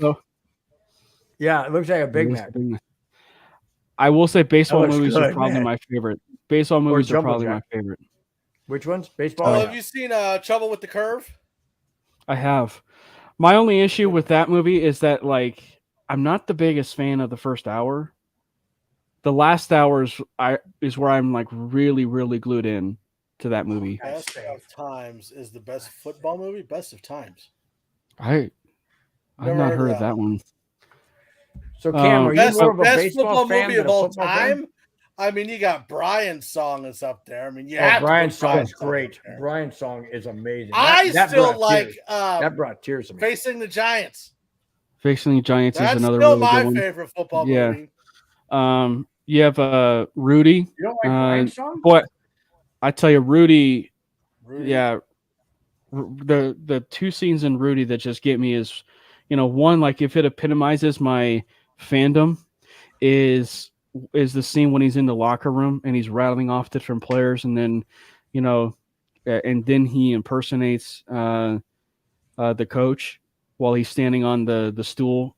Oh, that scene gets me every time. And then at the very end when he's starting to doubt himself about being on the football team, and then and then the coach basically, you're 100-foot nothing, basically, and you hung with the great players of Notre Dame, basically. Those two scenes really sit with me. So, Remember the Titans is probably my favorite football movie, though. But to answer your question, that's an old one. Hunchback of Notre Dame. Wow, he's going Disney. He's going Disney movies. Yeah. Yeah, that's old time. Spoiler alert. What's Glenn saying? I don't know. He is George Costanza. Maybe. Maybe. Is there a goal that Oh, Waterboy. That's a good one. I didn't think about that one. That's some high quality H2O. H2O. Water sucks. It really sucks. Sandlot is the best movie ever. No. Ooh, Yep. I don't know about ever. Oh, it is. Well, Now, it all granted, depends on what sport everybody's you're talking gonna about. have their own opinions, right? But best movie ever? You know what they say about opinions? Everyone has one, just like something else. We're like assholes. Everybody. Hey. Exactly. It's not like we haven't said worse, Bill. Or I'm heard pretty worse. sure you Yeah, filled Jared. up the swear jar more than everybody else I'm not did. speaking for us. I'm speaking for maybe kids out there watching. You want to set an example. They've heard worse. Yeah, but I try and educate him, Cam. I'm sorry. I tell you, Sandlot is the best movie of all time. One, because to answer Bill's question, I've played baseball before. I love baseball. I love the sport of baseball, but also I love doing my football gig right now. But I do love baseball, and I love the Sandlot movie. I love the history that they have in that movie. I like how they basically appease that generation and how much they love sports as a kid. Oh, I love the movie Sandlot. Would you rather? What about A League of Their Own? Have you seen that one? I'm kind of indifferent. I think there's one. I think there's one. There's a baseball movie that I don't know if anybody in our chat or even you guys will say that they've watched it, but there's a baseball movie that's probably like in my top 10, maybe top 5, and it's called The Final Season with Sean Astin, Rachel Lee Cook, and I forget who it is. Powers Booth, I think. I'm sorry. But Final Season is phenomenal. It's phenomenal. Another true story. Basically, the high school closes down, and in doing so, their final season they win the state championship. It's great. Cam, if you had an opportunity to talk baseball more than football, would you switch? I'm just curious. I mean, you don't have to say yay or nay. You can just say no. I'm going to pass on that. I would do both because that's cool. I don't want to. I would try my hardest to do both. Because one, I mean, I love. I said it before, but I really love what I've been able to do, writing and talking about the Denver Broncos and the sports, and I feel like I'm been really blessed to be in the position that I'm in. To do what I've done. So I don't want to lose that. But I mean, if anybody comes in and says, "Hey, come join a baseball podcast or something and talk some baseball or whatever," I won't shy away with that because I do like to talk about how much my Rockies suck and how much they kind of like how we've been doing the Broncos the last 6 years. Well, so here's a big one. Has anybody ever seen the movie 8 Men Out? I've heard about it. I actually read the book. The Chicago White Sox and the 1919 World Series. Yeah, the Black Sox scandal is what it was called. Really good movie. Really great good cast. Great cast from what I heard too. Like it's a great cast. Why do we always talk about movies on this show? Bring it up? Because I always bring it up expecting Bill to respond, and Bill's never watched a movie in his life. Like he helped create movies, but he's never seen them. Hey, I'm actually. I mean, if you want to talk about Brian's song, that brings tears to my eyes in that movie. And I gotta say though, since we're talking about baseball movies, I'm disappointed in y'all that y'all didn't mention Major League 1 or Major League 2. There you go. One's good. I'm not a fan of 2. I like 2. The only because I back to baseball. The only thing that I didn't like about 2, like if you guys are like true baseball aficionados, did you guys know in Major League 2, like the home ball field that the Cleveland Indians played on in that movie was Camden Yards? Huh. Wow. Mr. 3000 is a good one. Mr. Baseball is a good one. That's with that's about Bob Uecker, right? Or am I wrong? Major League is the one with Bob Uecker. Okay. Yeah. Also, I saw Kamani mention Gridiron Gang. That's another really good one. Longest Yard, another one. Mm-hmm. The remake is another really good one. The Rookie, that's a good one with Dennis Quaid in it. Oh, that's a great one. That might be one of the most underrated sports. One up there for one of the most underrated. Rookie of the Year. That's the most underrated one. Where the kid breaks his arm, and then he joins the Twins. Oh yeah.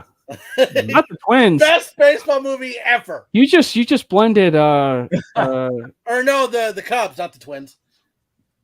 Yeah, but the Rookie of the Year is great. Oh, that's right, the Cub. Yeah, okay, because I'm a Cub fan, so I did see that movie because my grandson. Which one's the Twins one?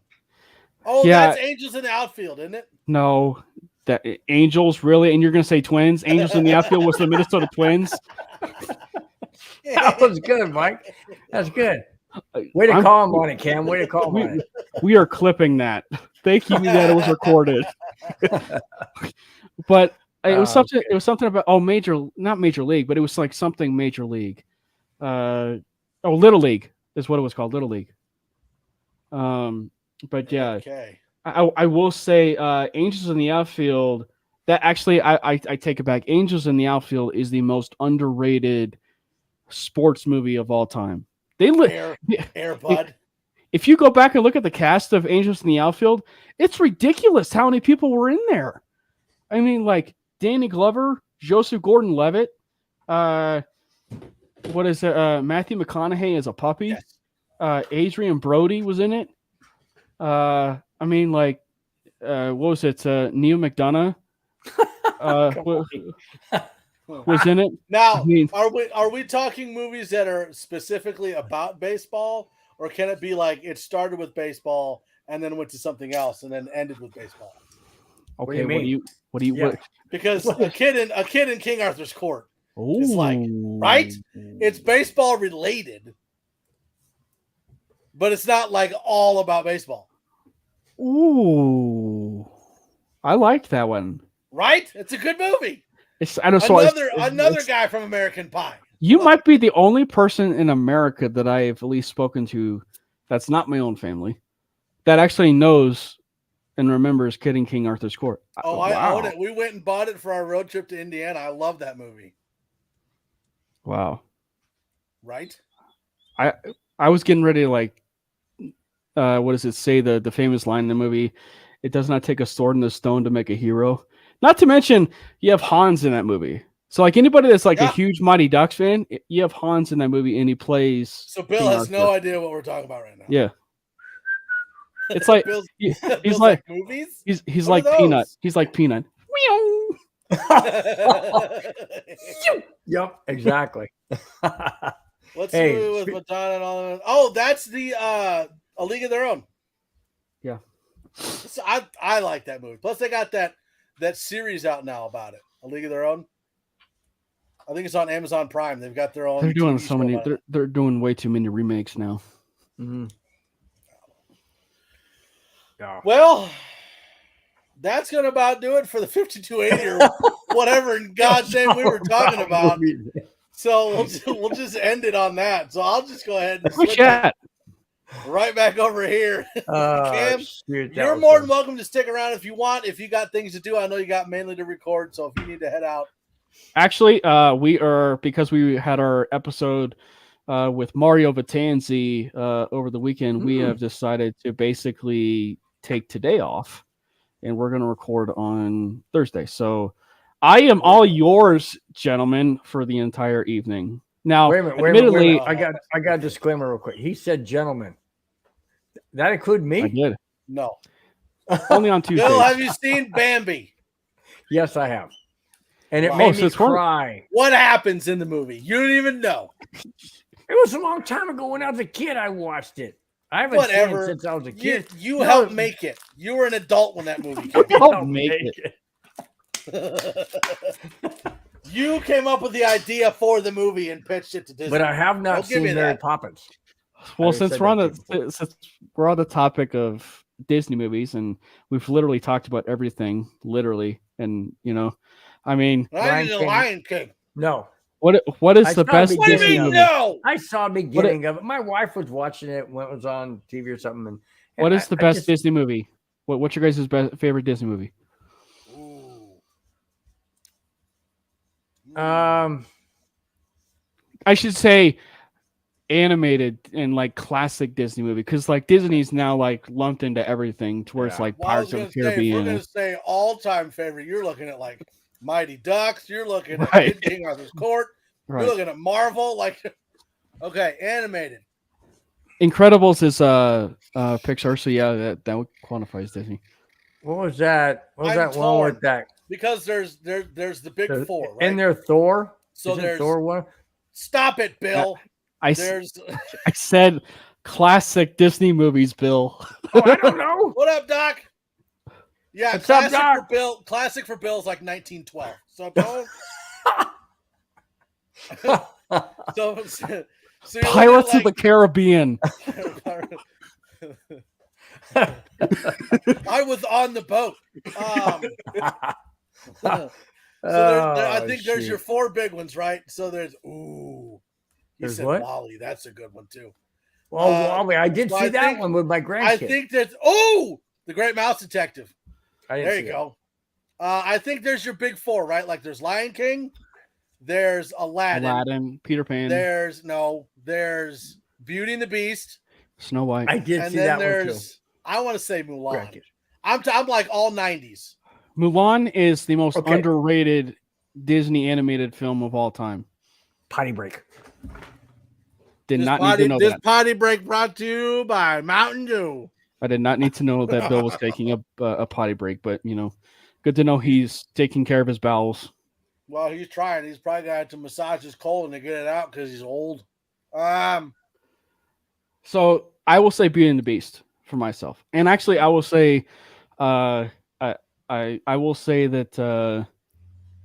Now this is maybe a slight hot take, but like it's Beauty and the Beast basically. But like I think that the movie that they did, the live action Beauty and the Beast, with that huge cast of Ian McKellen, Ewan McGregor, Emma Watson.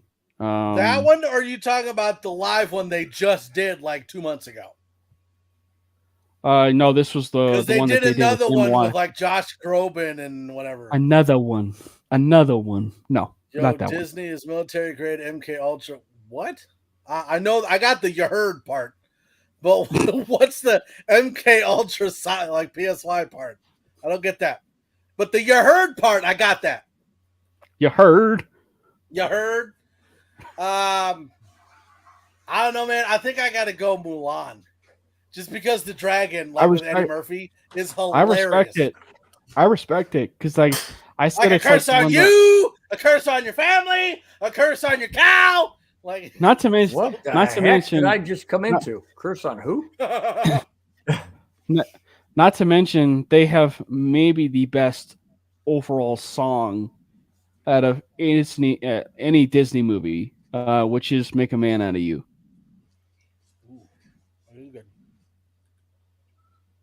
I meant in Mulan, not Monsters Inc. Yeah, I did. we can go I with saw that. Ray put that, but Monsters Inc. I did see that because I got Monsters grandkids. Inc. a Disney movie though? yeah, I it know, is. but I saw it with my grandkids. Yeah, it is. DreamWorks does not count, by the way. DreamWorks does not count Yeah. And why not? because it's not That's Disney, such a- Bill. Such a good movie. I don't though. know. I don't know who makes these movies. I'm trying to learn. I think. Name one movie you can watch 24 hours a day nonstop. Lord of the Rings Which one? doesn't matter. Oh, Name and by the way, one movie. and it is the extended 24 hours edition. a day nonstop. I will say the Fellowship of the Ring. The Fellowship of the Ring I could basically play on loop for 24 hours, and because it is 24 hours, good. Tropic Thunder, yeah. That is one of the best comedies of all. And by the way, to shout out, dude playing another dude, playing this another guy's dude. another dude. My movie I could watch 24 hours straight. Exorcist. What is wrong with you? Watching that, wow. Mine would either be Caddyshack or it would be You've only Kenny. seen 3 movies. Just name the other ones. What's the one with Burt Reynolds and You're gonna Smokey and the Bandit. yeah, that one. I gotta say, Ray, you watch The Exorcist. If you could watch The one Exorcist. movie, if you could literally watch The Exorcist 24/7. Wow. One, that's impressive, and two, like, I want to say what is wrong with you, but like, props. Ooh, that one's good too.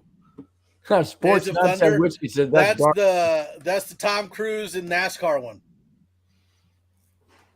You ever seen that movie? Wedding Crashers, though. I'm looking at, oh, that's another good one. Wedding Crashers. Yeah, that's dark, Ray. Look, I think Ray, if you need help, just give us a nod or something in the chat. I that's a good reminder for me. That he says, "Oh my gosh, I'm not spending Halloween with Ray." Actually, I was just gonna say, Friday the 13th is really not like at Ray's it. house. Oh my gosh, Good God. Tropic Thunder. We went from Tropic Thunder to Exorcist I will say like that. I will say, if we're also talking like if I mean, he is true. This like dude, the ultimate. I've got to change his video now to like the Scream guy going. I will say. Now it's going to be the video of the priest going, "The power of Christ compels you." That's going to be the video for Ray. I will say, if we're talking about some comedies, Anchorman is up there for me as like movies I could probably watch for 24 hours. Dodgeball. What is it? Oh, it's the double feature, if you will. There's the sequel, 21 and 22 Jump Street is one, Yeah. and actually, I will say, since I've been on record saying this, with my family, and I don't know if I said it with you guys, but like a movie that I could probably watch for 24 hours straight, Top Gun Maverick. I could literally watch Top Gun Maverick 24 hours straight. I love. Oh, and by the way, the Avs scored a goal. Just in case nobody knew that. We do have a scroller. There's a scroll right there. Oh, I need to take the 5280 thing off. Yeah, take that off. Yeah, well, take it off. If you want to, whoa. I mean, we can keep it on. Welcome to. I need to learn. That's how what to she spell. Wow. I got 6 kids, so you're wrong, sir. Okay, so Kamani does mention Transformers movies. I will say, I know Transformers has been catching a lot of crap from people, but if you hate the movie, but I will say, like, the soundtrack for Transformers from like 1 to 4 and even 5 just slaps. Like, it is incredible, the soundtrack I think that Transformers have. And like, maybe it's just me, but I like the second one the best. The second one was Shia LaBeouf, right? The one where he goes away to college and then like he's in the dorm room with the Transformer he doesn't know about, like, and it's sticking its tongue down his throat, and then like he rolls off the bed and is like, ah! That's the best part. I will. Wow. So That was good, Mike. I will say, I will say, my wife is out there shaking her head right now because she knows. I will probably say, I would probably put maybe some of the Mark Wahlberg ones in there, because I will say the last one that they did with Wahlberg, where basically Optimus turned on him, and and the scene when Bumblebee loses his voice, and then they're getting ready to fight, or they do fight, and then he actually gets his voice back and actually says to Optimus,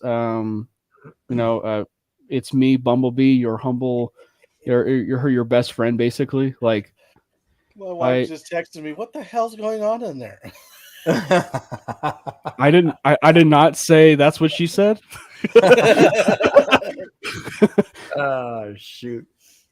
Hey, real quick, Mike, when the game comes back on, since we're back on the... Yeah, go ahead and turn the game sound on. Just turn it down a little bit. Okay. Just want to know. Ooh, T2 on a loop. By the way, and since I am one of those, I have Dish Network and Comcast people, I can't get the game. You can't? NHL66.ir. That's what I'm watching it on. Okay. I will make sure I don't get any hackers. ESPN Plus. No, too, it's like you ever watch Stream East? No. Oh, well, it's the exact same thing just for just for hockey. Yeah, because I don't know why Stream East dropped their hockey thing. I don't know what I live in Colorado and I can't watch the Avs. It's going into the third, Ray. Hey, come on, which one's your favorite? Yeah, which one's your favorite? Is it the recent one with Robert Pattinson? No. What's your favorite? It's not what's your favorite movie. It's who's your favorite Batman. I could answer that. It's hard, but I can answer that. Well, hold on. I can answer it, but I'll say something wrong. Hold on. Hold on. He's just laughing. Sorry. Hold on. What's our qualification? What's our qualification for best Batman? Because are we talking like the Batmans that are like the movies, like Hollywood movies, or like we're talking like the movies, like your Okay, I had to put a qualification on it because how about the cartoon Batman? Scuba Steve's got Michael Keaton. No, not cartoon. I know some people that really feel like Keaton is that. Hey, welcome back, Avatar. We're still talking movies. Go ahead. You have literally not missed much. Avatar. Who's the best Batman out of the Batman movies? So got quiet. I will say you got to think. There's so many Batman. Like I'm one of those guys that likes the underdog. So like George Clooney, I thought he was a great Batman. George Clooney as Batman never existed. I'm sorry. But then then you got Ben Affleck, right? I loved Ben Affleck as Batman. Yeah. And Robert Pattinson, not so much. I loved Robert Pattinson as Batman. So the one thing that Robert Pattinson has on any of the guys that played Batman previously is like they're doing it early in Batman's career, and so they could. I'm sorry, Twilight. I can't. Twilight, Batman. No. Hey, you've already said stupid comments here tonight, so it's okay. I mean, stupid comments. He was in Twilight. He was a glittery vampire. How do you go from that to Batman? I'm not the biggest Twilight fan, but the fact that I was able to enjoy a Batman movie without actually like having to like. Ooh, he went television show and went Adam West. Oh, that's who I was thinking was that, but that's why I said I didn't mean cartoons. I meant TV. Yeah, Adam West. Actually, that's why I was saying like if we're putting qualifications on who the best Batman is. Because if we're not putting any qualifications on who the best Batman is, then the late Kevin Conroy is probably my number one. Qualifications off. Batman ever doesn't matter. And if we're talking best Joker, I will say, and if we're if we're even talking about Joker too. It's between Mark Hamill and Heath Ledger. Yeah. But also the Dark Knight. The Dark Knight is probably. What's his name? Jared Leto. No. Joaquin Phoenix was okay. Leto. Jared Leto. There you go. Jared Leto was okay. Yeah, I remember my daughter telling me about glittery vamps. I laughed. It pissed her off. Robert Pattinson was the lead glittery vampire. Can't be Batman. Sorry. But yeah, Joker movies. I think they're coming out with the second one, aren't they? Yeah, they are. And I think and Lady Gaga's in it too. And I think it's going to be musical. Yeah. I think your trio for Joker's probably depends on for people So since we've talked about Batman and Joker, favorite Superman? Oh, Henry Cavill. And screw DC. Yes. And screw DC for taking him away from Superman. Yes. Screw James Gunn for taking Cavill out of DC, by the way. Yeah. No, who was the now I forgot his name. Christopher Reeves. You're not going Christopher Reeves. Yep. Christopher Reeves are good.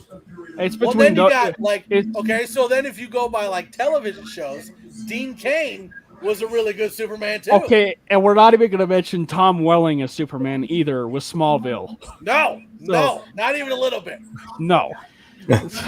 No, it's not even Brandon Roth either. The guy who was like Superman for like he was better as the he went to the television show on the CW. That is right. Tomorrow. That is right, George Costanza. I am getting serious about Superman. How can you not get serious about Superman?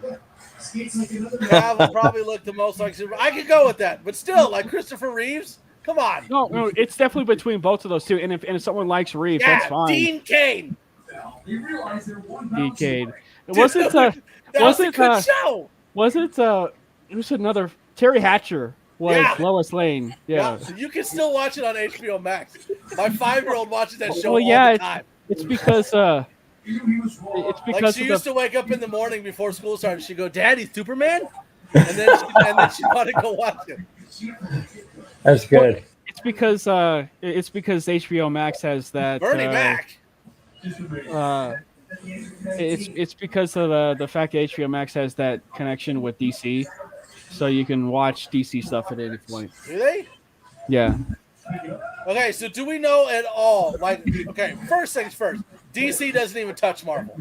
Like when it comes to making movies, DC is. So how I felt was like they were like on that trend to like getting better, and then now that James Gunn has decided to like gut the entire or like 3/4 of the Justice League, basically, I've kind of like gone down. Bill doesn't even know what to do right now. He's like DC, like District of Columbia. What are we talking about here? No, oh, good. Crosby just messed it up. He missed that pass. Good. I don't even know if we're at same time on the game. I have no idea. Do you care? Not really. I can tell. I have the whole series of Lois and Clark on DVD. Yeah, see? Boom. Oh, and for anybody out there wondering, the greatest TV show of all time, Walker, Texas Ranger. Just so everybody knows. Come on. Bill's like, can we just watch the freaking Avs? hey, how about this one? Bill's more BC than DC. True. It's true. I thought it was like BC and AD. I just want to know what BC is. But if it's we're like talking BBC. if we're talking TV shows, the two favorite TV shows of all time are two that I have in possession, and that is The Office. What do you mean no and no? Yeah. And so what? And to watching the game instead of talking about what you guys are talking about. And talking about stuff that Bill doesn't have. Bill's like, "What's a TV?" And Tim the Toolman Taylor. Home Improvement. Home Improvement. That's a good one. Home Improvement's good. It does have Chuck Norris, though. I did see the movie Stop Home Alone. it. I did see the movie Home Alone. Shut up, Mike. Does that make you happy? Chuck Norris, Steven Seagal, or Jean-Claude Van Damme? I do like. I have been cussing on here. I've been binging on Seinfeld, but that's also because like I can watch it on Netflix now. And actually, hold on. Best TV show. I'm geeking out now. The best TV show was like the first like 3 seasons of Power Rangers, Mighty Morphin Power Rangers. If we're truly like getting that, that deep, Power Rangers, Mighty Morphin for the first 3 seasons. Jean-Claude Van Damme. Yeah. Over Chuck Norris? Steven Seagal. I'm gonna have a heart attack. Bill, give me your heart medicine. This feels like a John Wick, Jason Bourne, James Bond. I like Three's Company. I also like Sanford & Son. Sanford & Son was hilarious. But you're also like 95 years old though, so it makes sense. Thanks, Glenn. Hey, Cam. Thanks, Cam. Thanks. You look good for your age. Thanks for being part of the network. Hey, I feel welcome now. Thanks. Appreciate it. That's why I asked Bill if he'd watch Titanic, because he wrote the story about Titanic when it sank. No, Cam, I mean that seriously. Thanks for chiming in. There it Giving is. a pun. It's all good. I have the whole series of Mighty Morphin Power Rangers on DVD. Boom! You know you can watch it on Netflix, right? Power Rangers, exactly. My grandson. I'm loves serious. Power Rangers. I'm serious, man. Like when I was growing up, like the two shows I guess if I could roll a third one in there, but like two shows I grew up on, I think it was Power Rangers, Teenage Mutant Ninja Turtles, and Sonic. Those are like the three things that I would absolutely love to watch. Sonic was like a morning one. So like you would wake up every morning and watch Sonic, but I geeked out so bad on Power Rangers. I wanted to be Tommy Oliver so bad. Saved by the Bell. Didn't they do a remake? Yeah, Lots of remakes. Yeah, For they got Saved by- one currently going on. Hey, Somebody you just got want- elbowed in the face. You want to know What what was I that? grew up on? What shows I grew up on? The Wizard of Oz. I did. It's a movie, Mike. I grew up on. I love Lucy. The movies and the shows you watch didn't have sound yet. There were still silent movies at that I point. love Lucy, Dick Van Dyke, and Citizen Kane. Good Lord. And those are two main ones. Oh, Kelly and Kapowski. Gunsmoke.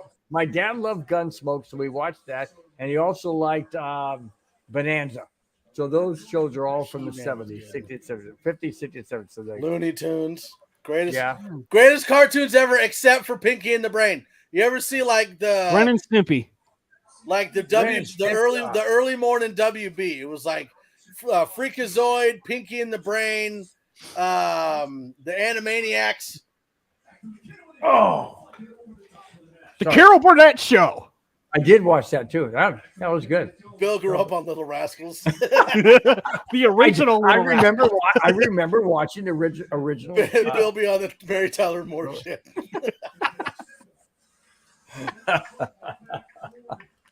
Bill was in his 50s when he was with the Carol Burnett Show. Murder, She Wrote was Bill's favorite too. It's Pick on Bill Day today. It's all good, man. It's all good. I mean, I would imagine that combined, between you and Cam's ages combined is probably maybe not much older than I am. The Little Rascals is good. We're a little. I think combined we're a little older than you. Okay, but probably not by much. Because if you put our ages together, we're 69. Nice. I'm 64. Perfect. Like I said, not much more. This 69 brought to you by Mountain Dew. Dew. Literally. The Three Stooges. See, this is how I'm like aging myself. Is that like whenever I see Little Rascals, I think of the one in the 90s with not the black and white one. Exactly. So Cam, even Saturday Night Live. Cam, let me ask you a question. Are you enjoying this type of format that goes all over the place and just kind of wings it? I'm used to it with Mike. I'm used to it. I'm used to it. But at the same time, it's like I've done podcasts like this before. It's conversational. You shoot the breeze. I have no issues with it. Yeah, no, it's fun. It's fun. It makes sense, Bill. Hockey, Superman, and Batman. It makes sense. It's like I don't know how, but it does somewhere. Okay. It's like I got a friend, man. I got a friend. It's like you got a friend that's still younger than you by a lot. Okay. The show is like the show is like Cocaine Bear. It doesn't make sense, but it's funny. It really doesn't. Yep. So listen, let's put this age thing into perspective, right? I am younger than Bill's son. Yep. We'll leave it at that. My son is 40 years old. And I'm not. And Cam's younger than me. I am. Yeah. I would say Bill, Cam's I don't know Cam's age, but I'd probably say you're in your 20s. I appreciate that. I'm not. He's 33. Oh, wow. No, really? I'm not even 33. 34. You're getting closer. 35? I am 35. No way, dude. Oh, I thought you were 33. Okay, so we're not like 69. 20s, man. Thank you. You look like you're in your 20s. Well, if he takes his hat off, you'll see where the 35 come on. That's just wrong. See, I'm going ball by the day. See, he's got a 7 head. Yeah, I never would know that. Just like you guys probably think I'm in my 30s too. Bill has diapers older than Mike. That's messed up. Wow. The bad part about that is, Glenn, is now I have imagery. Oh, Nick at Night. All that. Oh, those shows, Rocket Power, Rugrats, Hey Arnold. Shorts. Hey Arnold. Hey Arnold. Here we go. Here we go. How about that one? How about that one? Favorite sports: football, baseball, basketball, or hockey? Football. Well, hockey is going to be Curling! miracle. Hockey is going to be miracle on ice. Football is going to be. I don't know any Super Bowl game the Broncos are in. That's a fast-paced sport right there. What's that? Curling. Curling. I don't get that sport. I mean, you roll with the handle like they call it a rocket. About the black and white Bill Air shows. He's talking like the Dick Van Dyke show. Yeah. I Love Lucy. I Love Lucy. And what was the other one? Petticoat Junction was another one. Petticoat Junction. Bonanza was on there. Bonanza.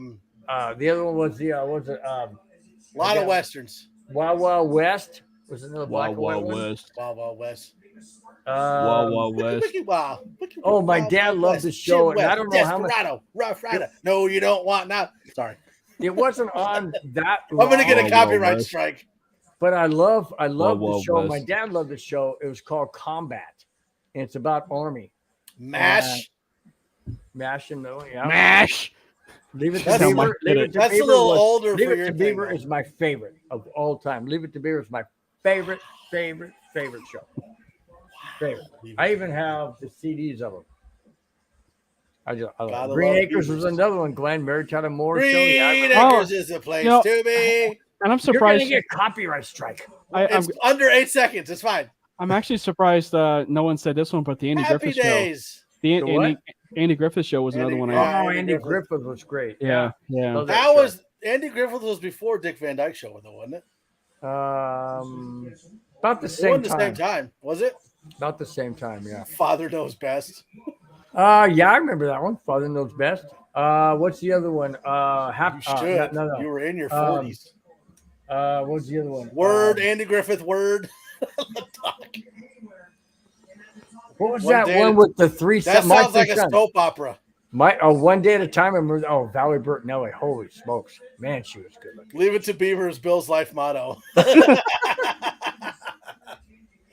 I love you, Glenn. Probably true, Glenn. Probably true. I'm going to assume right now that Bill doesn't know what that means. And I'm just going to leave it at that. What, life's motto? Leave it to Beaver. No, stop it. I know what that means. Okay. And we're not talking the animal. Text it to me. I know. Text it to me. What is wrong with you, man? Because, well, listen, Cam, when we were doing the Chiefs-Bengals game, I kept calling them the Kansas City Queefs. And then Bill picked up on it and started calling him that. And I was like, Bill, do you know what that means? He's like, no. Like, why are you calling him that then? So then I texted him. Because it sounded innocent, like Chiefs and Queefs. I can't say that. Why are you saying it? Because it sounded harmless. So then I asked him what a BBC was, and he's like, the news channel? Glenn is not Glenn. I'm sorry. Cam is never going to want me to be on the show again. He's like, I can't take this guy. I can't take. Oh my gosh. Yeah. I have to. I did know Avatar. You did not know that? I did know that. Right. Okay. He was the Andy Griffith. He was a little kid. You did not know that, Mike? I did know that. I did. Johnny Carson's show was great. I love Johnny Carson. In fact, if anybody wants to go back and watch Johnny Carson's shows, go to Tubi, Tubi app. It's free. You can go and watch all the. I was watching some of them today. Barney Miller.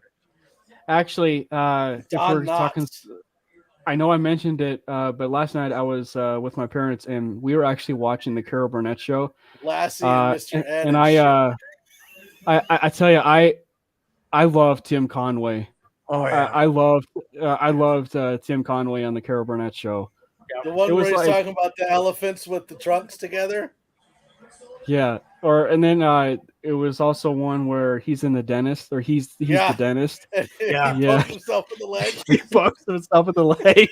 Yeah, like that kind of stuff was like Saturday Night Live before Saturday Night Live.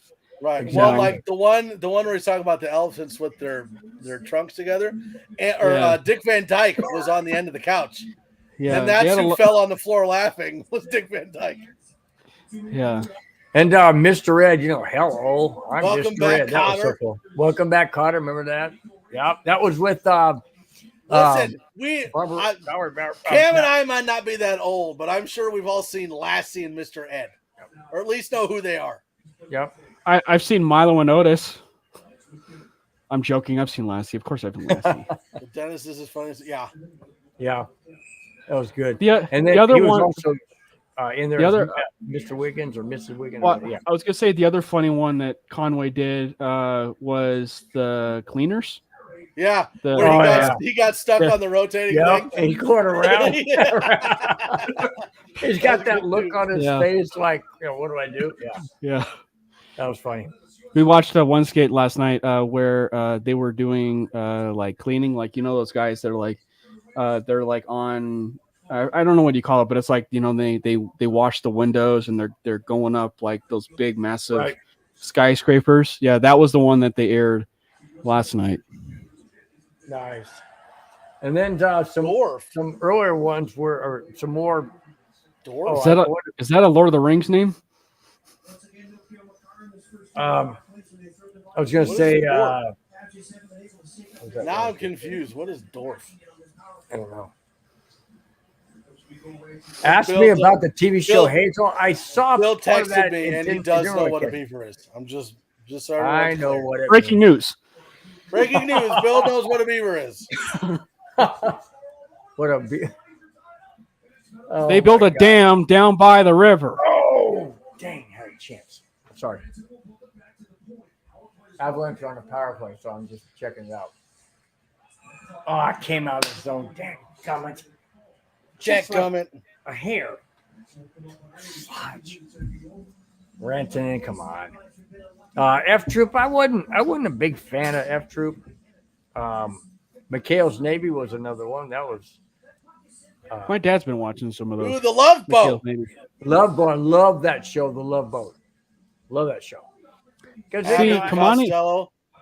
See, yeah, who's on first? Have you seen the Abbott and Costello movies? Like the I love Abbott Costello. Who's on the first? Mummy one? No. Best one ever. Oh, Dorf on.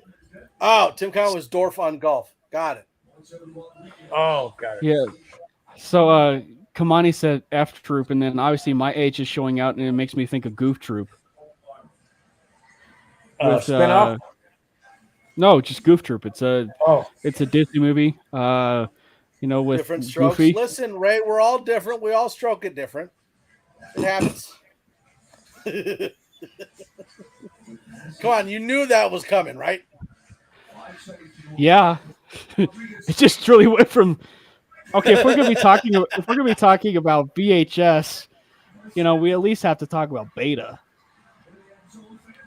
Bill still thinks that VHS is new. Facts of Life was another one. I remember that one. He's still running. He's still trying to figure out where the 8-track player is in his car. I really liked 8-track players. I really did. Thought they were convenient. What is the Facts of Life?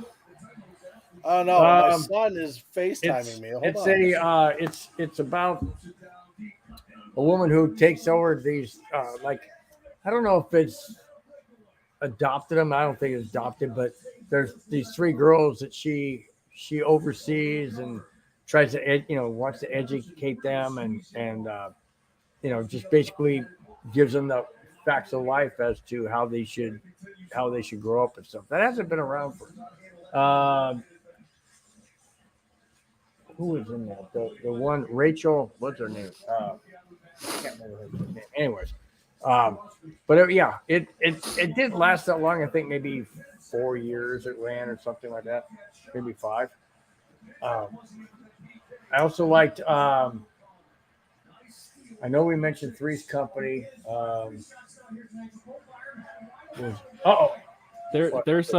There's a question for from Kamani, changing the subject a bit. What is the most embarrassing thing that has ever happened to you, aside from the fact about taking a phone call during a live stream? Sorry, my son is trying to like spend the night at a friend's house. I'm like, dude, it's a Tuesday. You've got school tomorrow. Wow.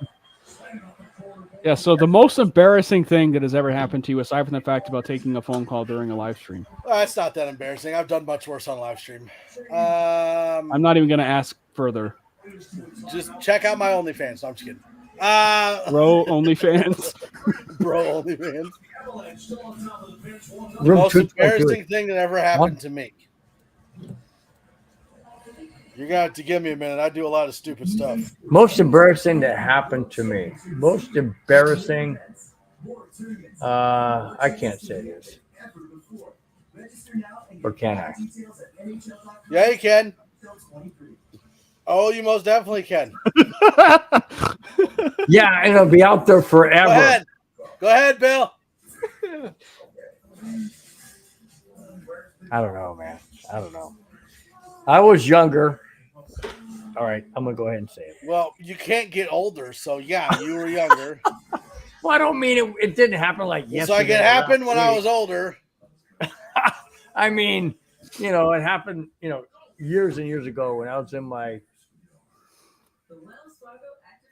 early 30s. Yeah. So about 50 years ago, got it. So my early 30s, my brother-in-law came over to the house, and let me turn the commercial off.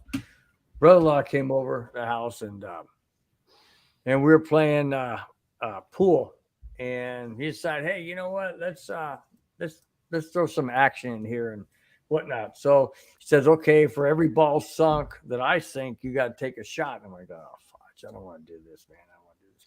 And I'm like, what the heck? All right. So we did that. And I said, after a while, I said, you know what, dude, I'm getting tired. And he said, don't go sleep on me, man. Don't go sleep on me. That ain't gonna be good. I'm like, whatever. I said, nah. I said, I'm tired, man. I'm heading up. So I went inside, went to sleep, woke up the next morning going, shit. I thought I crapped my pants. He had stuffed a freaking ding dong up my, my butt, and smeared it. Whoa. I'm just saying, I was so embarrassed. I woke up, my wife, I'm screaming. I'm like, what the hell I do?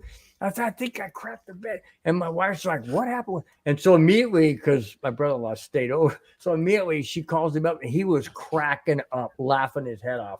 I thought for sure that I had, Anyways, that's the most embarrassing I've had.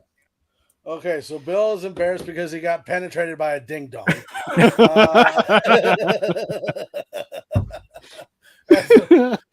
Oh boy! See, I knew I shouldn't have let the cat out. You're the one that said it. I'm like, well, you. Admittedly, that door was wide open. Yeah, I know that. It's like your butt cheeks. What exactly was I supposed to say? So, do you want to go next, Mike, or do you want me to go? I don't think any of yours is going to be worse than that. I'm trying to think. If you've got one, go ahead. I got to come up with one first. I like Kamani's. That fell in front of my friend who was talking to a girl in Pass Gas. I have a couple, and it actually was back when I was a freshman in college, and it was actually a prank. But we were freshmen at the time, and me and some buddies were trying to figure out, some pranks to do and figure out some pranks and stuff to do. And so we decided to pull our pants down and take pictures of our bare butts and put them on and put them on the elevator side. So like not on the exterior where you're waiting for the elevator, but inside the elevator. And so basically it was one of the ones where we stuck on the inside, and on the note, it said, "Say no to crack. Crack kills." And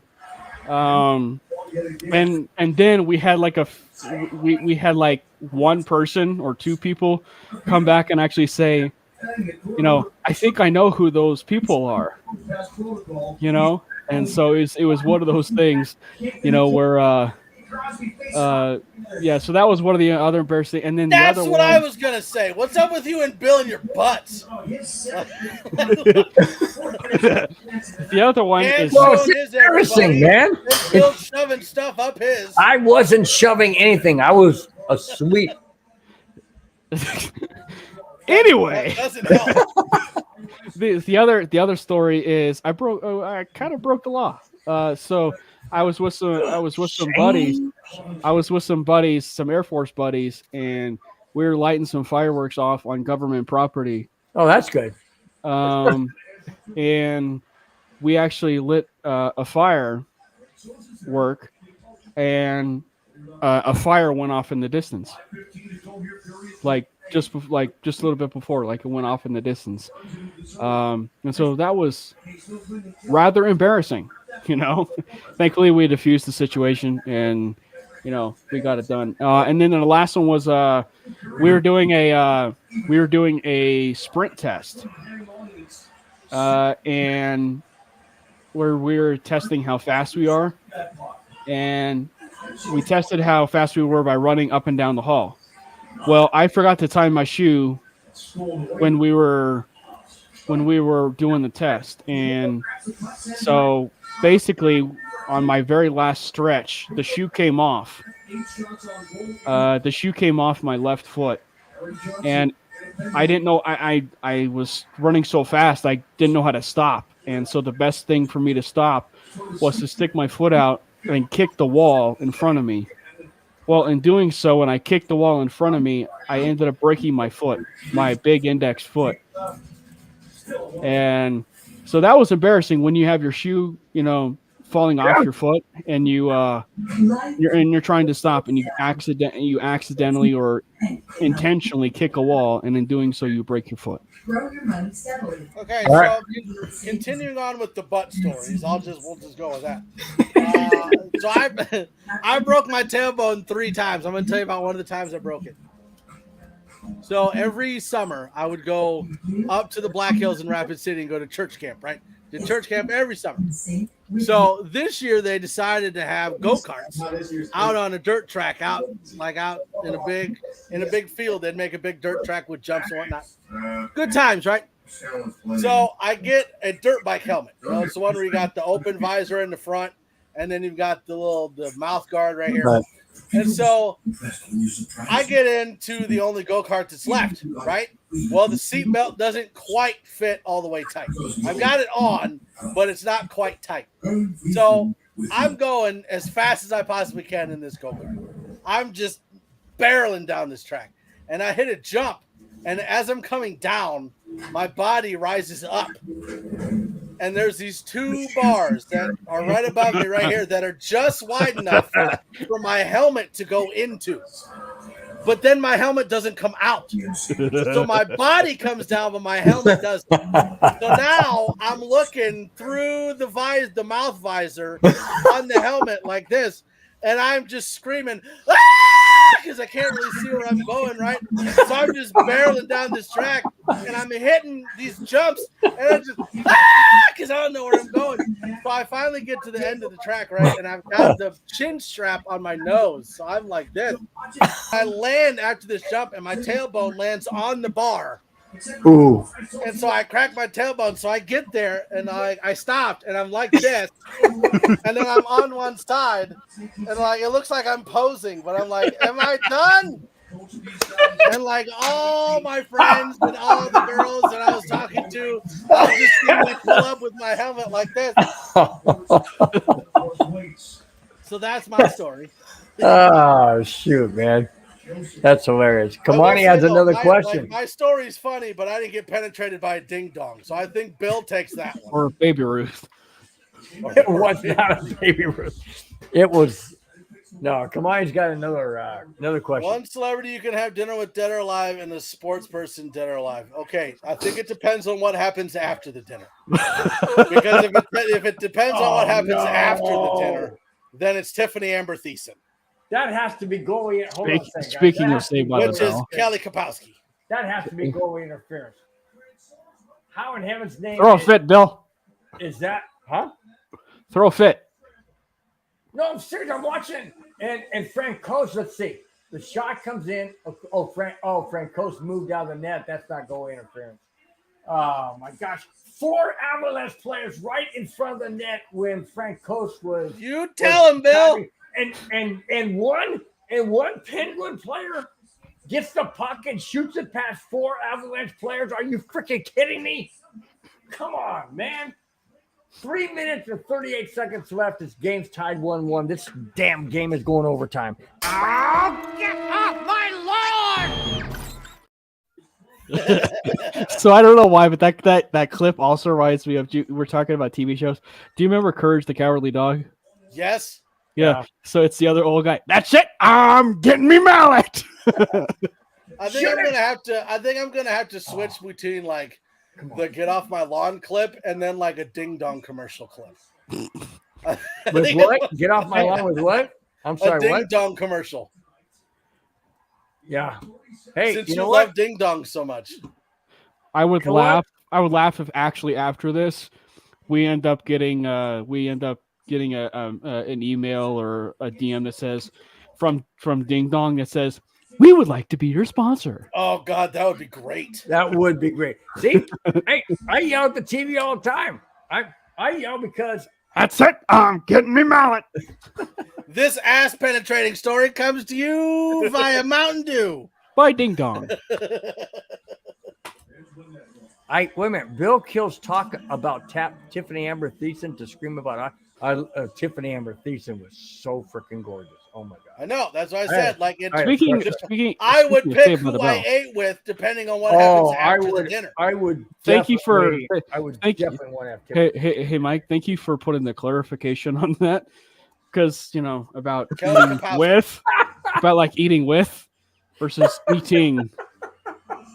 Yeah, I'm not eating any ding dongs. I'll tell you that's not gonna be a thing. Oh my gosh, Glenn, that is freaking classic, dude. That is so classic. I don't even know if I want to. He's a human ding dong vending. Not really, because it went the wrong way. That's what she said. Oh, True. See, Basically, Bill got a ding dong enema. Is basically what happened. I knew I shouldn't have brought that up, but that was the most embarrassing to me. I figured I'd just go with it. I mean, it happened. What am I going to say? It's not like. But yes, Tiffany Amber Thiessen. I mean, the other one would be like pre-crazy Britney Spears. Okay, hold on a second. Hold on. Let me go back. Pre-crazy. Hang on. Let me go back to Tiffany Amber Thiessen. When I was working in the school district down in Chula Vista, she touched your ding dong. There was a movie called. Hang on. There's a movie called. That I didn't hear that. It was based on a true story.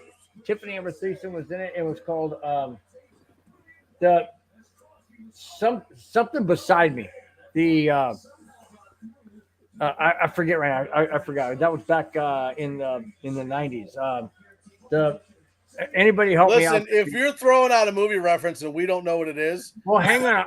I'll look it up. But anyways, it was based on a true story about some guy who was in the military and he got out, and anyways, he was raping women and stuff. Anyways, why would I want to watch that movie? Hang on a second. They did that at our school, and they asked me, because I was the lead guy there. They asked me to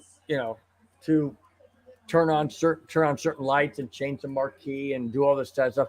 I got to meet Tiffany Amber Thiessen, and I was going to get her autograph and picture taken with her, but she was right in the middle of getting ready to go on the set.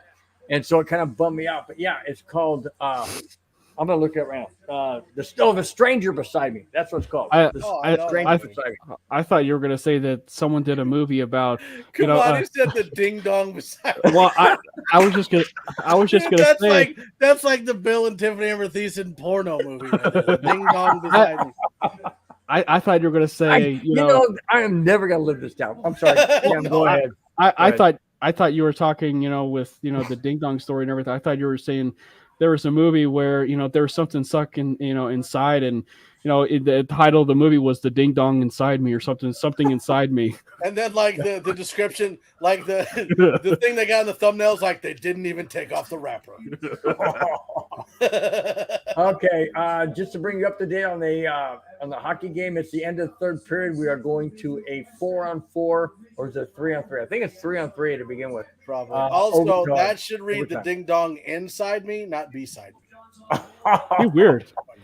Be cuddling a ding dong, which is even more wrong. See,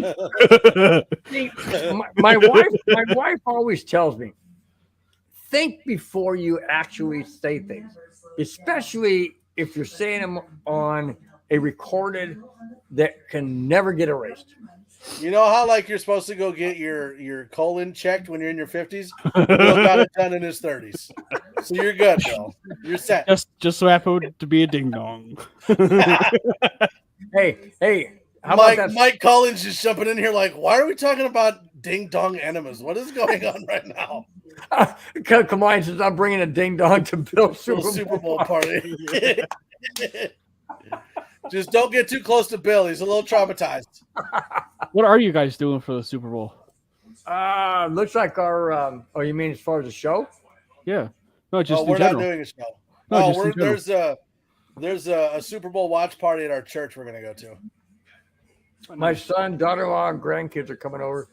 We're gonna do hamburgers and hot dogs around 1:30 or 2, and then we'll watch the game. The kids have school the next day, and of course the parents have work, so they'll probably leave around 6. But with a very large tray of ding dongs and Twinkies. You know what? I probably should buy. I probably should buy a ding dong and take a picture of it and go, "This is where it's supposed to go, not down here." That's right. And then I'll make a GIF out of it. I imagine you would. I just had a bad thought. Uh-oh. What? Take the ding dong, take a picture of it, and go, the real BBC. Oh my God. I hate you, Mike. I hate you. Ladies and gentlemen, this show just went extremely south. I hate you. Extremely south. You wanted me to say it. All right, let's get back to football real quick. Let's get back to football. Mike Collins says, "Who's winning the Super Bowl?" Well, I can't help it. First question is, anybody who roots for the Chiefs and is a Bronco fan can leave their fandom at the door. Exactly. Here's the overtime. I agree. I want the Eagles, even though I don't like the overtime guy. Just started Sills, for you? Even though Sills of the Eagles was indicted on rape and kidnapping charges, but I don't want Kansas State at all. No. Oh, nice save. Sorry, man, but overtime is exciting. But I gotta. I mean, it's definitely Eagles. One, I'm a big Ndamukong Suh fan, and I hope that he goes and channels his inner Detroit Lion and steps on Mahomes' arm or something. Hey, see, I'm not the only hit man around here. Now you're acting like Bill. I like it, Cam. I like it. Yeah, absolutely. Take somebody out. Actually, I take it back. He has an ankle problem, right? And like, you know, we see so often in these real life shoot 'em up, blow 'em up movies, right? I'm kidding, but like, but whenever how would Bill know? But I mean, like, you know, in the movies when like a guy is hurt and he's got a wound and the guy is always punching the wound, Mahomes has got an ankle issue, so Suh should just go after the ankle. So Suh should just go after the ankle, sweep the leg. What are they looking at, Bill? They're looking at the fact that did the puck go in the net. Oh, it didn't. It didn't cross all the way. The puck has to cross the complete red. Go line. Big Red, Mike. Go Big Red. Huge Huskers fan myself. Oh man, I don't know. That is close, guys. That's close. It looks like Pittsburgh could. Now, if that was a challenge, then that means that they would lose. They would lose the challenge. I mean, if it's not a goal, they lose the challenge. I don't know if that was a challenge or if that was a referee. Okay, call. so if anybody's not watching the game, it looks like the refs are looking to see if the Penguins scored on the Avalanche in overtime. No, it did not cross all the way. It's dang Thank close. goodness. That is super close. Like, but that angle doesn't show you right down the line. A quarter of like the puck didn't pass the red line, and that's why it might not be So Mike, the what you could say is death by inches. There you go. Literally, that's been my problem for years. I'm not going down there, Mike. Excuse me. I didn't mean it down there. Yeah, no goal. No goal. Good. My dad was born in Omaha, and he created the monster in me. And Mike sort of like inherited this Mike. This Mike inherited the Husker fandom. Yeah, I don't much care. One last question. What team would you coach if you had the chance to coach for a season? I am a horrible coach, so I would coach the Raiders. Wait, McDaniels isn't much worse than me. Well, Bill would choose the Chargers because he's awful. I hate them. Because I hate him. So I'd coach him, so I'd ruin him anyway. I'd go 0-17. Well, you couldn't do worse than Hackett, could you, Mike? Ooh. I know you're probably right. Now, if I had a chance to coach a team, honestly, my plays would consist of, hey, throw that way. I'm probably going to shock you guys big time. If I had a chance to coach a team, honestly, you're going to say the Kansas City Chiefs. I think I would really like to coach my grandson's Little League team. Cop-out answer. No, I'm serious. I think it'd be fun. But if it was professional, I don't know. No, I respect it. The Lions aren't that much of a challenge anymore, though. It's true. Like their offense was top 3 in the NFL. Okay, let's not they weren't top 3, but they were a better offense though. And also, dude, I'm telling you. And also Dan Campbell was shafted. He should have been up for Coach of the Year. They had some great candidates for Coach of the Year. Who's Coach of the Year? Sirianni, Reed, Dable.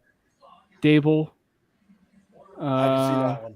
And someone else, but yeah, Campbell was not one of them. And like Andy Reid, like if you're consistently a good coach, you can't win it back to back. Like Coach of the Year is like someone who took a team from nothing and made them something. So Andy Reid shouldn't be there. And so that's why I kind of would want Dan Campbell in there. I don't even know if Kevin O'Connell is there either. Can we do like the opposite of Coach of the Year and like all the coaches that took a good team and made them worse? Yeah, like Hackett. Well, we were Josh McDaniels. Yeah.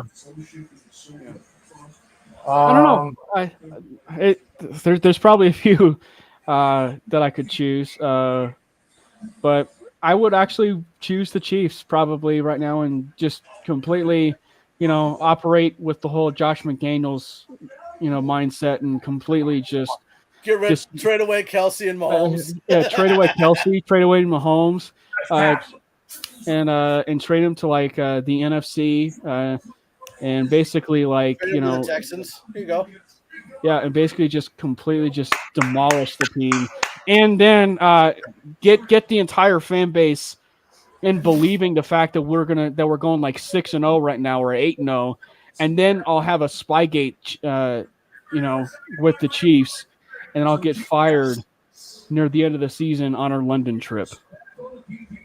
Okay, now this is a difficult question because we all have the ability to play quarterback. Do we though, Mike? We all have the ability. It depends on how good of quarterback play you want. Because I've seen you ride a scooter, and you don't ride a scooter like you would play quarterback. Fantastic on the scooter. I'm just saying, like, we all have the ability to play quarterback. It just depends on how good of quarterback play you want. Like, if you want really good quarterback play, don't look my way. All right, real quick. Avalanche run a penalty. There's 3:39 left to go in overtime. Around a 2-minute penalty for tripping. It's going to be 4-on-3. Avalanche need to score. We cannot go to a shootout. Well, sure, if he has to win. That was Crosby out there. Okay, but yeah, go back to what we were talking about. I don't know. I mean, admittedly, I would say exactly the same thing. I'm a horrible quarterback, so I'd go to the team I hate the most and run them into the ground. Actually, that would be a strong. If I could play quarterback, and if Mr. Irrelevant Brock Purdy and Jimmy Garoppolo can lead the San Francisco 49ers to the NFC Championship game, I want to play quarterback for the quarterback-friendly San Francisco 49ers. Dang it. Oh. That's the team that I would play for. Would be the same. What if Kamari says, what if you're gifted and had the talent? What team? Broncos. Yeah, absolutely. I agree. I would probably say the San Francisco 49ers still. Really? Oh. Bill would go to the Chargers. No. Why Dallas? Because he likes him, probably. Oh, that's his team. Dallas Cowboys. Which is cool because he watches that show. No problem going to Dallas after Jerry Jones is gone. I don't know. I would go to whatever team the bar is not set very high. So I'll go to the Texans. That's not a very high bar to clear. Mike would go to the Texans, put the slider, turn the sliders off, turn it on rookie mode, and win every single game. Pretty much. Keep going, guys. I'm just watching. Oh, dang! Another. This power play is insane. Yeah, Bill Scuba Steve's a Denver Broncos fan. Huh? He's a Denver Broncos fan. Well, somebody likes Dallas. I know that, which is fine. It never hit. Come on, there's no way that did not hit the net. Oh boy. The other team would be the Green Bay Packers, and then they go on like a 12-day cleanse. Oh, beautiful save. Avalanche lost. Oh no! Crap. Bill, we're not undefeated anymore. Crap. Well, Avalanche got 1 point for going to overtime, but my there you gosh, go, we had chance. He's talking after about chance points again. Chance. We had chance after chance after chance to win that thing with all the power play in their Bubba zone. likes the Browns. That's okay. My condolences, Bubba.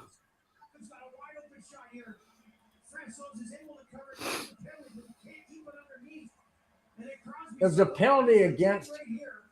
There's a penalty against the Avalanche, and he's on his he's not on his skates when the puck came in. Jay Whiz, good gosh, that damn, double damn. Shut up. Actually, Ray, that's triple damn. No, that would be quadruple damn at that point. Because double damn. Yeah. Gosh, dang it. Well, that didn't turn out the way we wanted it to. No, but it was a fun show anyway. You know we talked about all kinds of it's stuff. because Cam was on the show. We're undefeated, and then Cam joins the show and just. We can't blame Cam. No, you can. We can. Oh, well, I'm not. I'm not going to blame them. I would. Oh, God, that's just so frustrating. So frustrating. We had that game. The Avalanche had a 1-0 lead, blew it late in the third period, go to overtime, and blow it late in overtime. No, Mike, you're definitely not bad luck. You're a Huskers fan. That Mike, that doesn't help make your case. No, you're not bad luck. No, it's just one of them games, man. It's one of them games. I mean, all of our other games that we've done with the neighborhood's always been on Saturday. This one was not on Saturday. There you go, Kamani. Easy question. Bill. Who would you go on the road trip with? Let's see. Mike. Well, okay, now hold on. Because with Bill, I'm going to have to stop every 20 minutes, let him pee. So old people have little bladders. Depends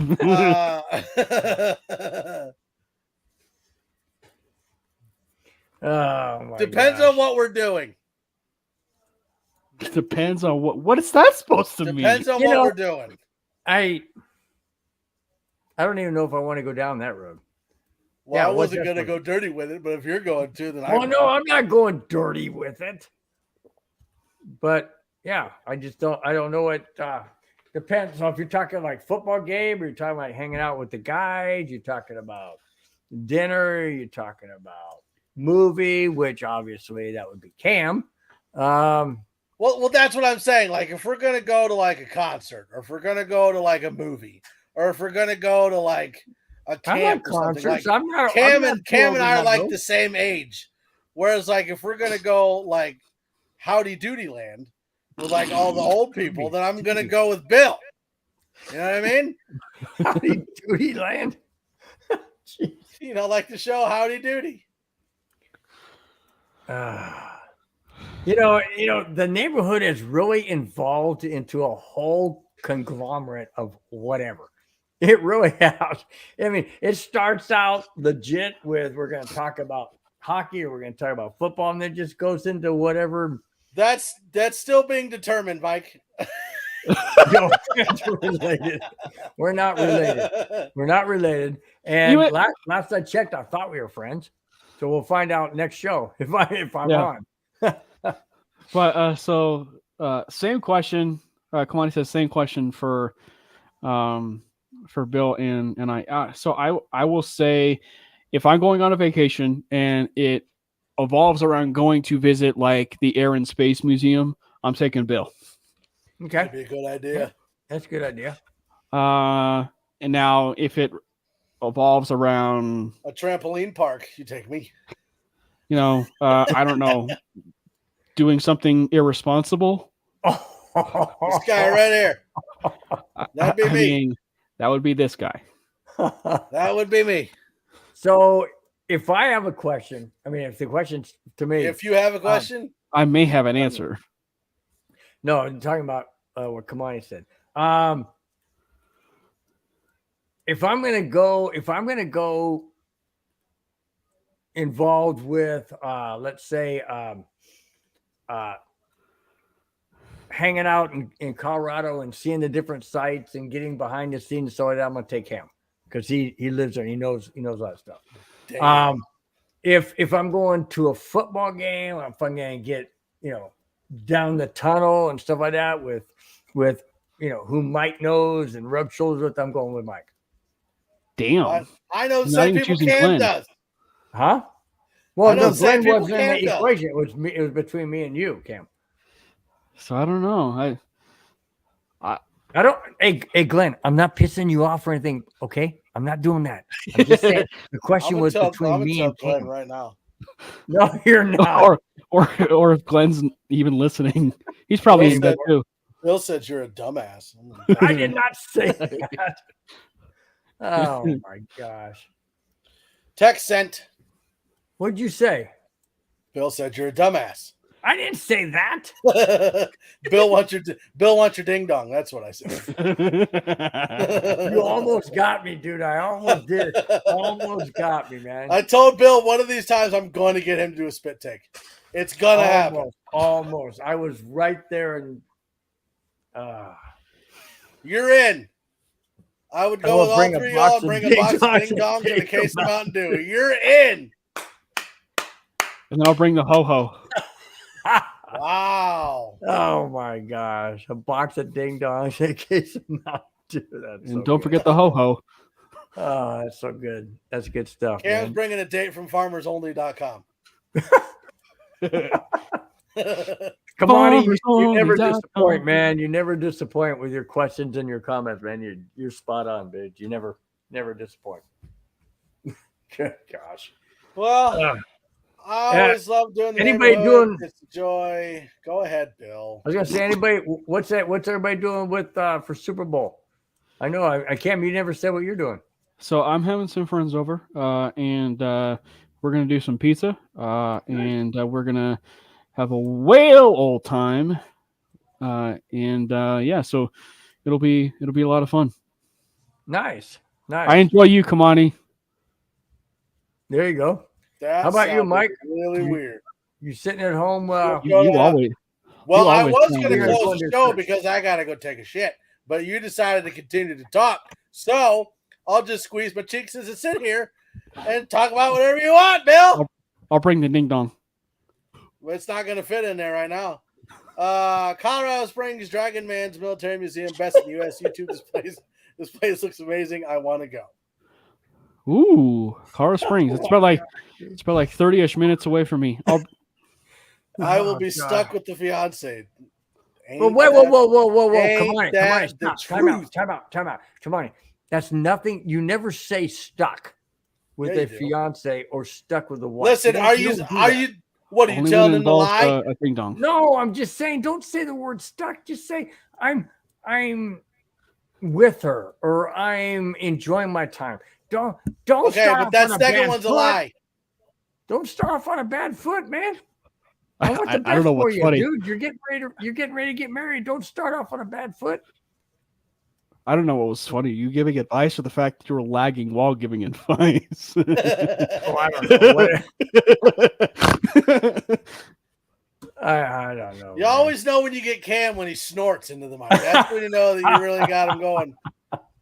Well, then that's good. Bill and I were talking on the phone last night. What was I saying that you were like, you can talk to your wife like that? Huh? We were talking me? Yeah, you. We were talking about something last night over the phone. And we were talking about me taking my job and moving to Denver. And she goes, well, we're not going to Denver. And I said, well, I'll just divorce you and go on my own then. Oh, yeah. And Bill's like, you could say that to your wife? I was like, well, after 15 years, yeah, I've earned that right. Yeah, but I've been married 26 years. I'm not saying that. Yeah, but your wife is nuts. So say what? You are scared to death of your wife. So no, I'm not. Cam is the only one from Colorado. Bill's in California. I'm in Nebraska. Yeah. I'm born and bred. I was born in Colorado. You were born inbred? Only in Arkansas. I almost got Bill again. Only in Arkansas. Oh, almost, dude. That was like right there. I'm just waiting to see Bill spit take and then his webcam just shut off. My whole computer will go. I'm born and bred in Colorado, and then we actually moved to Virginia, hence the Aaron Space Museum reference. We moved to Virginia for about 7 years, and then moved back when I was a getting ready to start freshman in high school. So nice. So what part of Colorado? Springs? Littleton, about Littleton-ish area. So actually, where we were was we were living off, I want to say the 13th or 14th hole of the Arrowhead Golf Course. So Roxborough Park. So that's why I kind of say Littleton. So yeah, my older sister lived in Littleton. That's how I became a Bronco fan, actually, in case anybody doesn't know. She lived there from 1975 to 1985. Wasn't born yet. And 1977 is the year the Broncos went to the first Super Bowl against the Dallas Cowboys. We lost, but I caught her passion. I caught her energy. I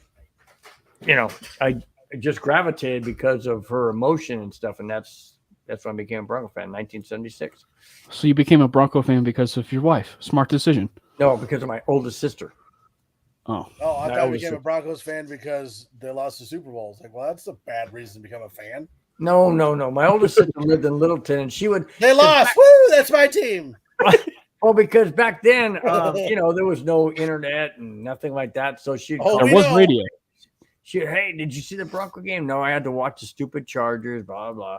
And then Stream Beast isn't working. So then, of course, like I said, just caught her passion, and rest is history. I'll tell you this. Oh boy. Take some ding dong with me to Illinois and tell my fiance we can play a game. Fine. We're gonna call it "Find the Ding Dong." That's it's a twist off Spin the Bottle. that's a really bad game of peekaboo, is what that is. Peekaboo. Like I said, my wife, I should always adhere to what she says about think about it.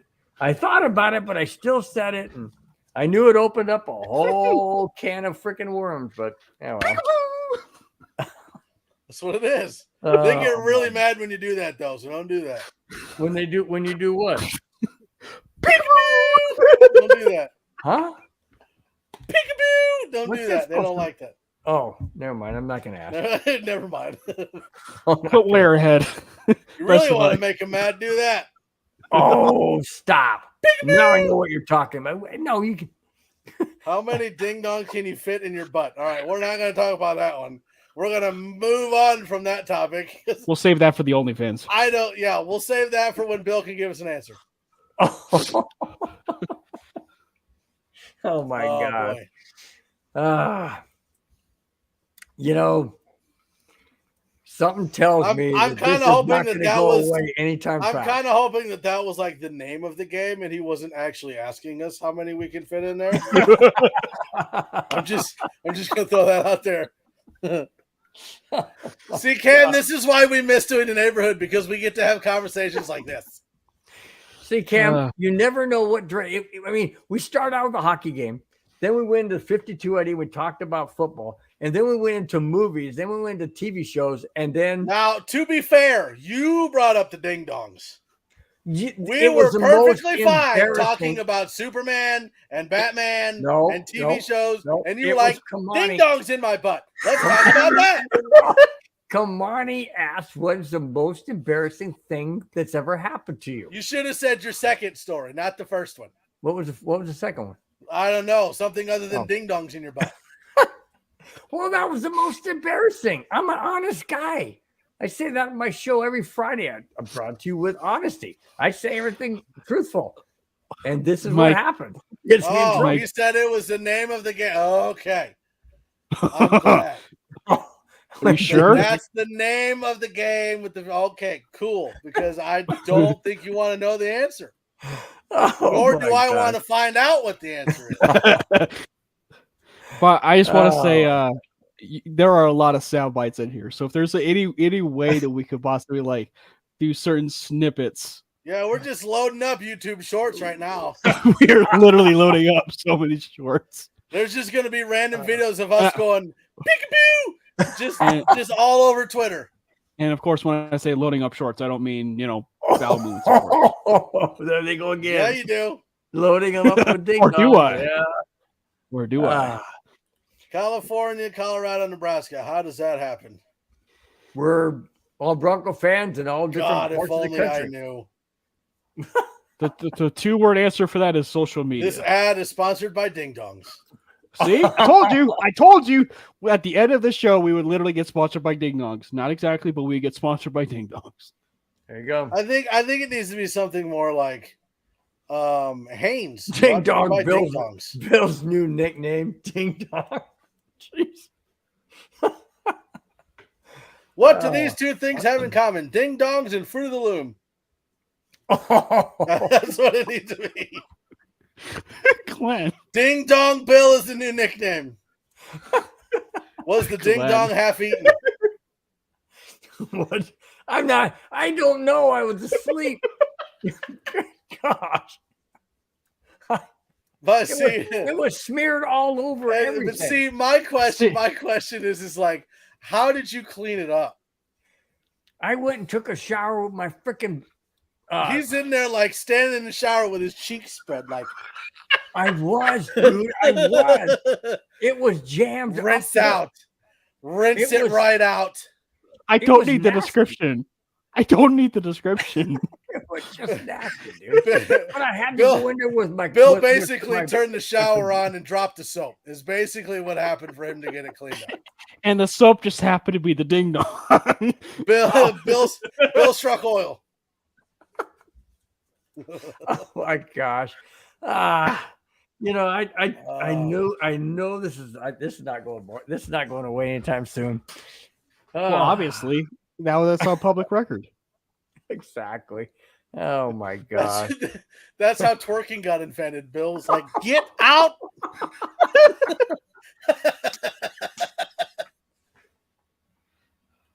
I'm sorry. Oh my gosh! I need to take a week or two off from this network. I can see that right now, but that'll be our new inside joke for who dropped the soap, who dropped the ding dong. News story comes out tomorrow. Local network shut down because of ding dongs. Who dropped the ding dong on this one? Oh my gosh, man! Sponsored by Ding Dong. Don't ask Bill for his Donette story. It's donut, right? I don't have one. Sorry. I don't have a donut story. I don't. Are you sure? No, I don't. What other food have you violated, Bill? That's the question. I haven't violated anything. I told you I was asleep. I woke up in the morning. That doesn't help. What doesn't help? That makes it worse. Well, I know, but it's the truth. It's the truth, and nothing I can say. I don't know. Oh my gosh, dude.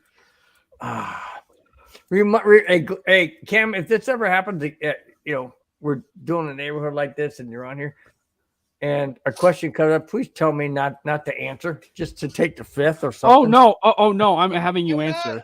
I'm not sure You're going to have me answer. Like the ding dong or the fact that you didn't wake up? Well, I don't know. Like, I'm not sure which one terrifies me more. Thanks a lot there, Mike Cohen. We just try and please, even if it's got to be. Keep in mind, this is with the other bald-headed guy, Glenn. Glenn's in the chat right now, but that's without Glenn. Yeah. That's well, true. and like Glenn, you can come in. You could almost see it, like they're rubbing the ding dong, and Bill's just in his sleep going. Let's have the brother-in-law. Oh my God. He's just giggling under his breath. Oh, it's all gooey. It's sticky. Wow. That's my butters. Oh, never mind. I'm not gonna say anything else about. I wouldn't. That door's already open. You might as well. Let's have the brother-in-law in the next neighborhood. Well, who is it? Somebody just knocked on my door. I mean, if you're gonna have like a cake, kind of dude, stuff, it's the ding dong representatives about ready to murder me when I shut off the live stream. And it, you got the cake. Don't talk about ding dongs like that. Who? I was about worried that you almost lost your camera. Yeah, it's not going to fall off there. That's what you think. I mean, it's got sugar, so it's kind of sticky. And it just. That's why when Bill woke up, he was running around real fast. Ding dong, the wicked witch is dead. Ding dong, the witch is dead. Oh, there's another video. I have been to an Avs and Bronco game. I actually went to two this last season. I went to the Cardinals game and the last game of the season, and then I also went to two Avs games. I think the Broncos ownership is going to get inspired and have ding dongs at the concession stand. I mean, we are upgrading the concession stand, aren't we? And we're also upgrading the. Right, but what's the Walmart version of ding dongs? What's the who? Ho-hos. Oh, yeah. You guys got any hoes? Oh, Get my your ho-hos here. Get your ho-hos. Get your hose. I've been to a Broncos game. I've not been to an Avs game. I've been to many Bronco games, just Not not at Colorado. home. Well, you I didn't thought- say that. I tell you, You said you ever been to an Avs or Broncos game? Yeah. I got to tell you though, the introduction that they do at the Avs games is like night and day better than any Bronco game, and I mean that. Like the way that they do their intros, like at Ball Arena or Pepsi, depending on how you want to call it. It is incredible the kind of stuff that they do now for the intros. Like obviously you can't do a flyover, but what they do is they actually do the sound effects of the flyover, and you see show it on the ice, right? and they show it on the ice. It is really, really cool. Yeah. Now, technically, Bill went to a Broncos game because he was at the Chargers game, No. and the Chargers were playing the Broncos. Right. And he was cheering for the Chargers. No, I was not. The other reason why I actually kind of like hockey games a little bit more than like football games or maybe even baseball games. Actually, baseball is in this category as well. As but like with the national anthem, you get different traditions and you get like different like things that they do with the national anthem. Like for the Avalanche, in the in the part where it says "and our flag was still there," Right. the entire crowd will obviously go, "and the flag was still there." Like just Right. blare it out, Just and then like that.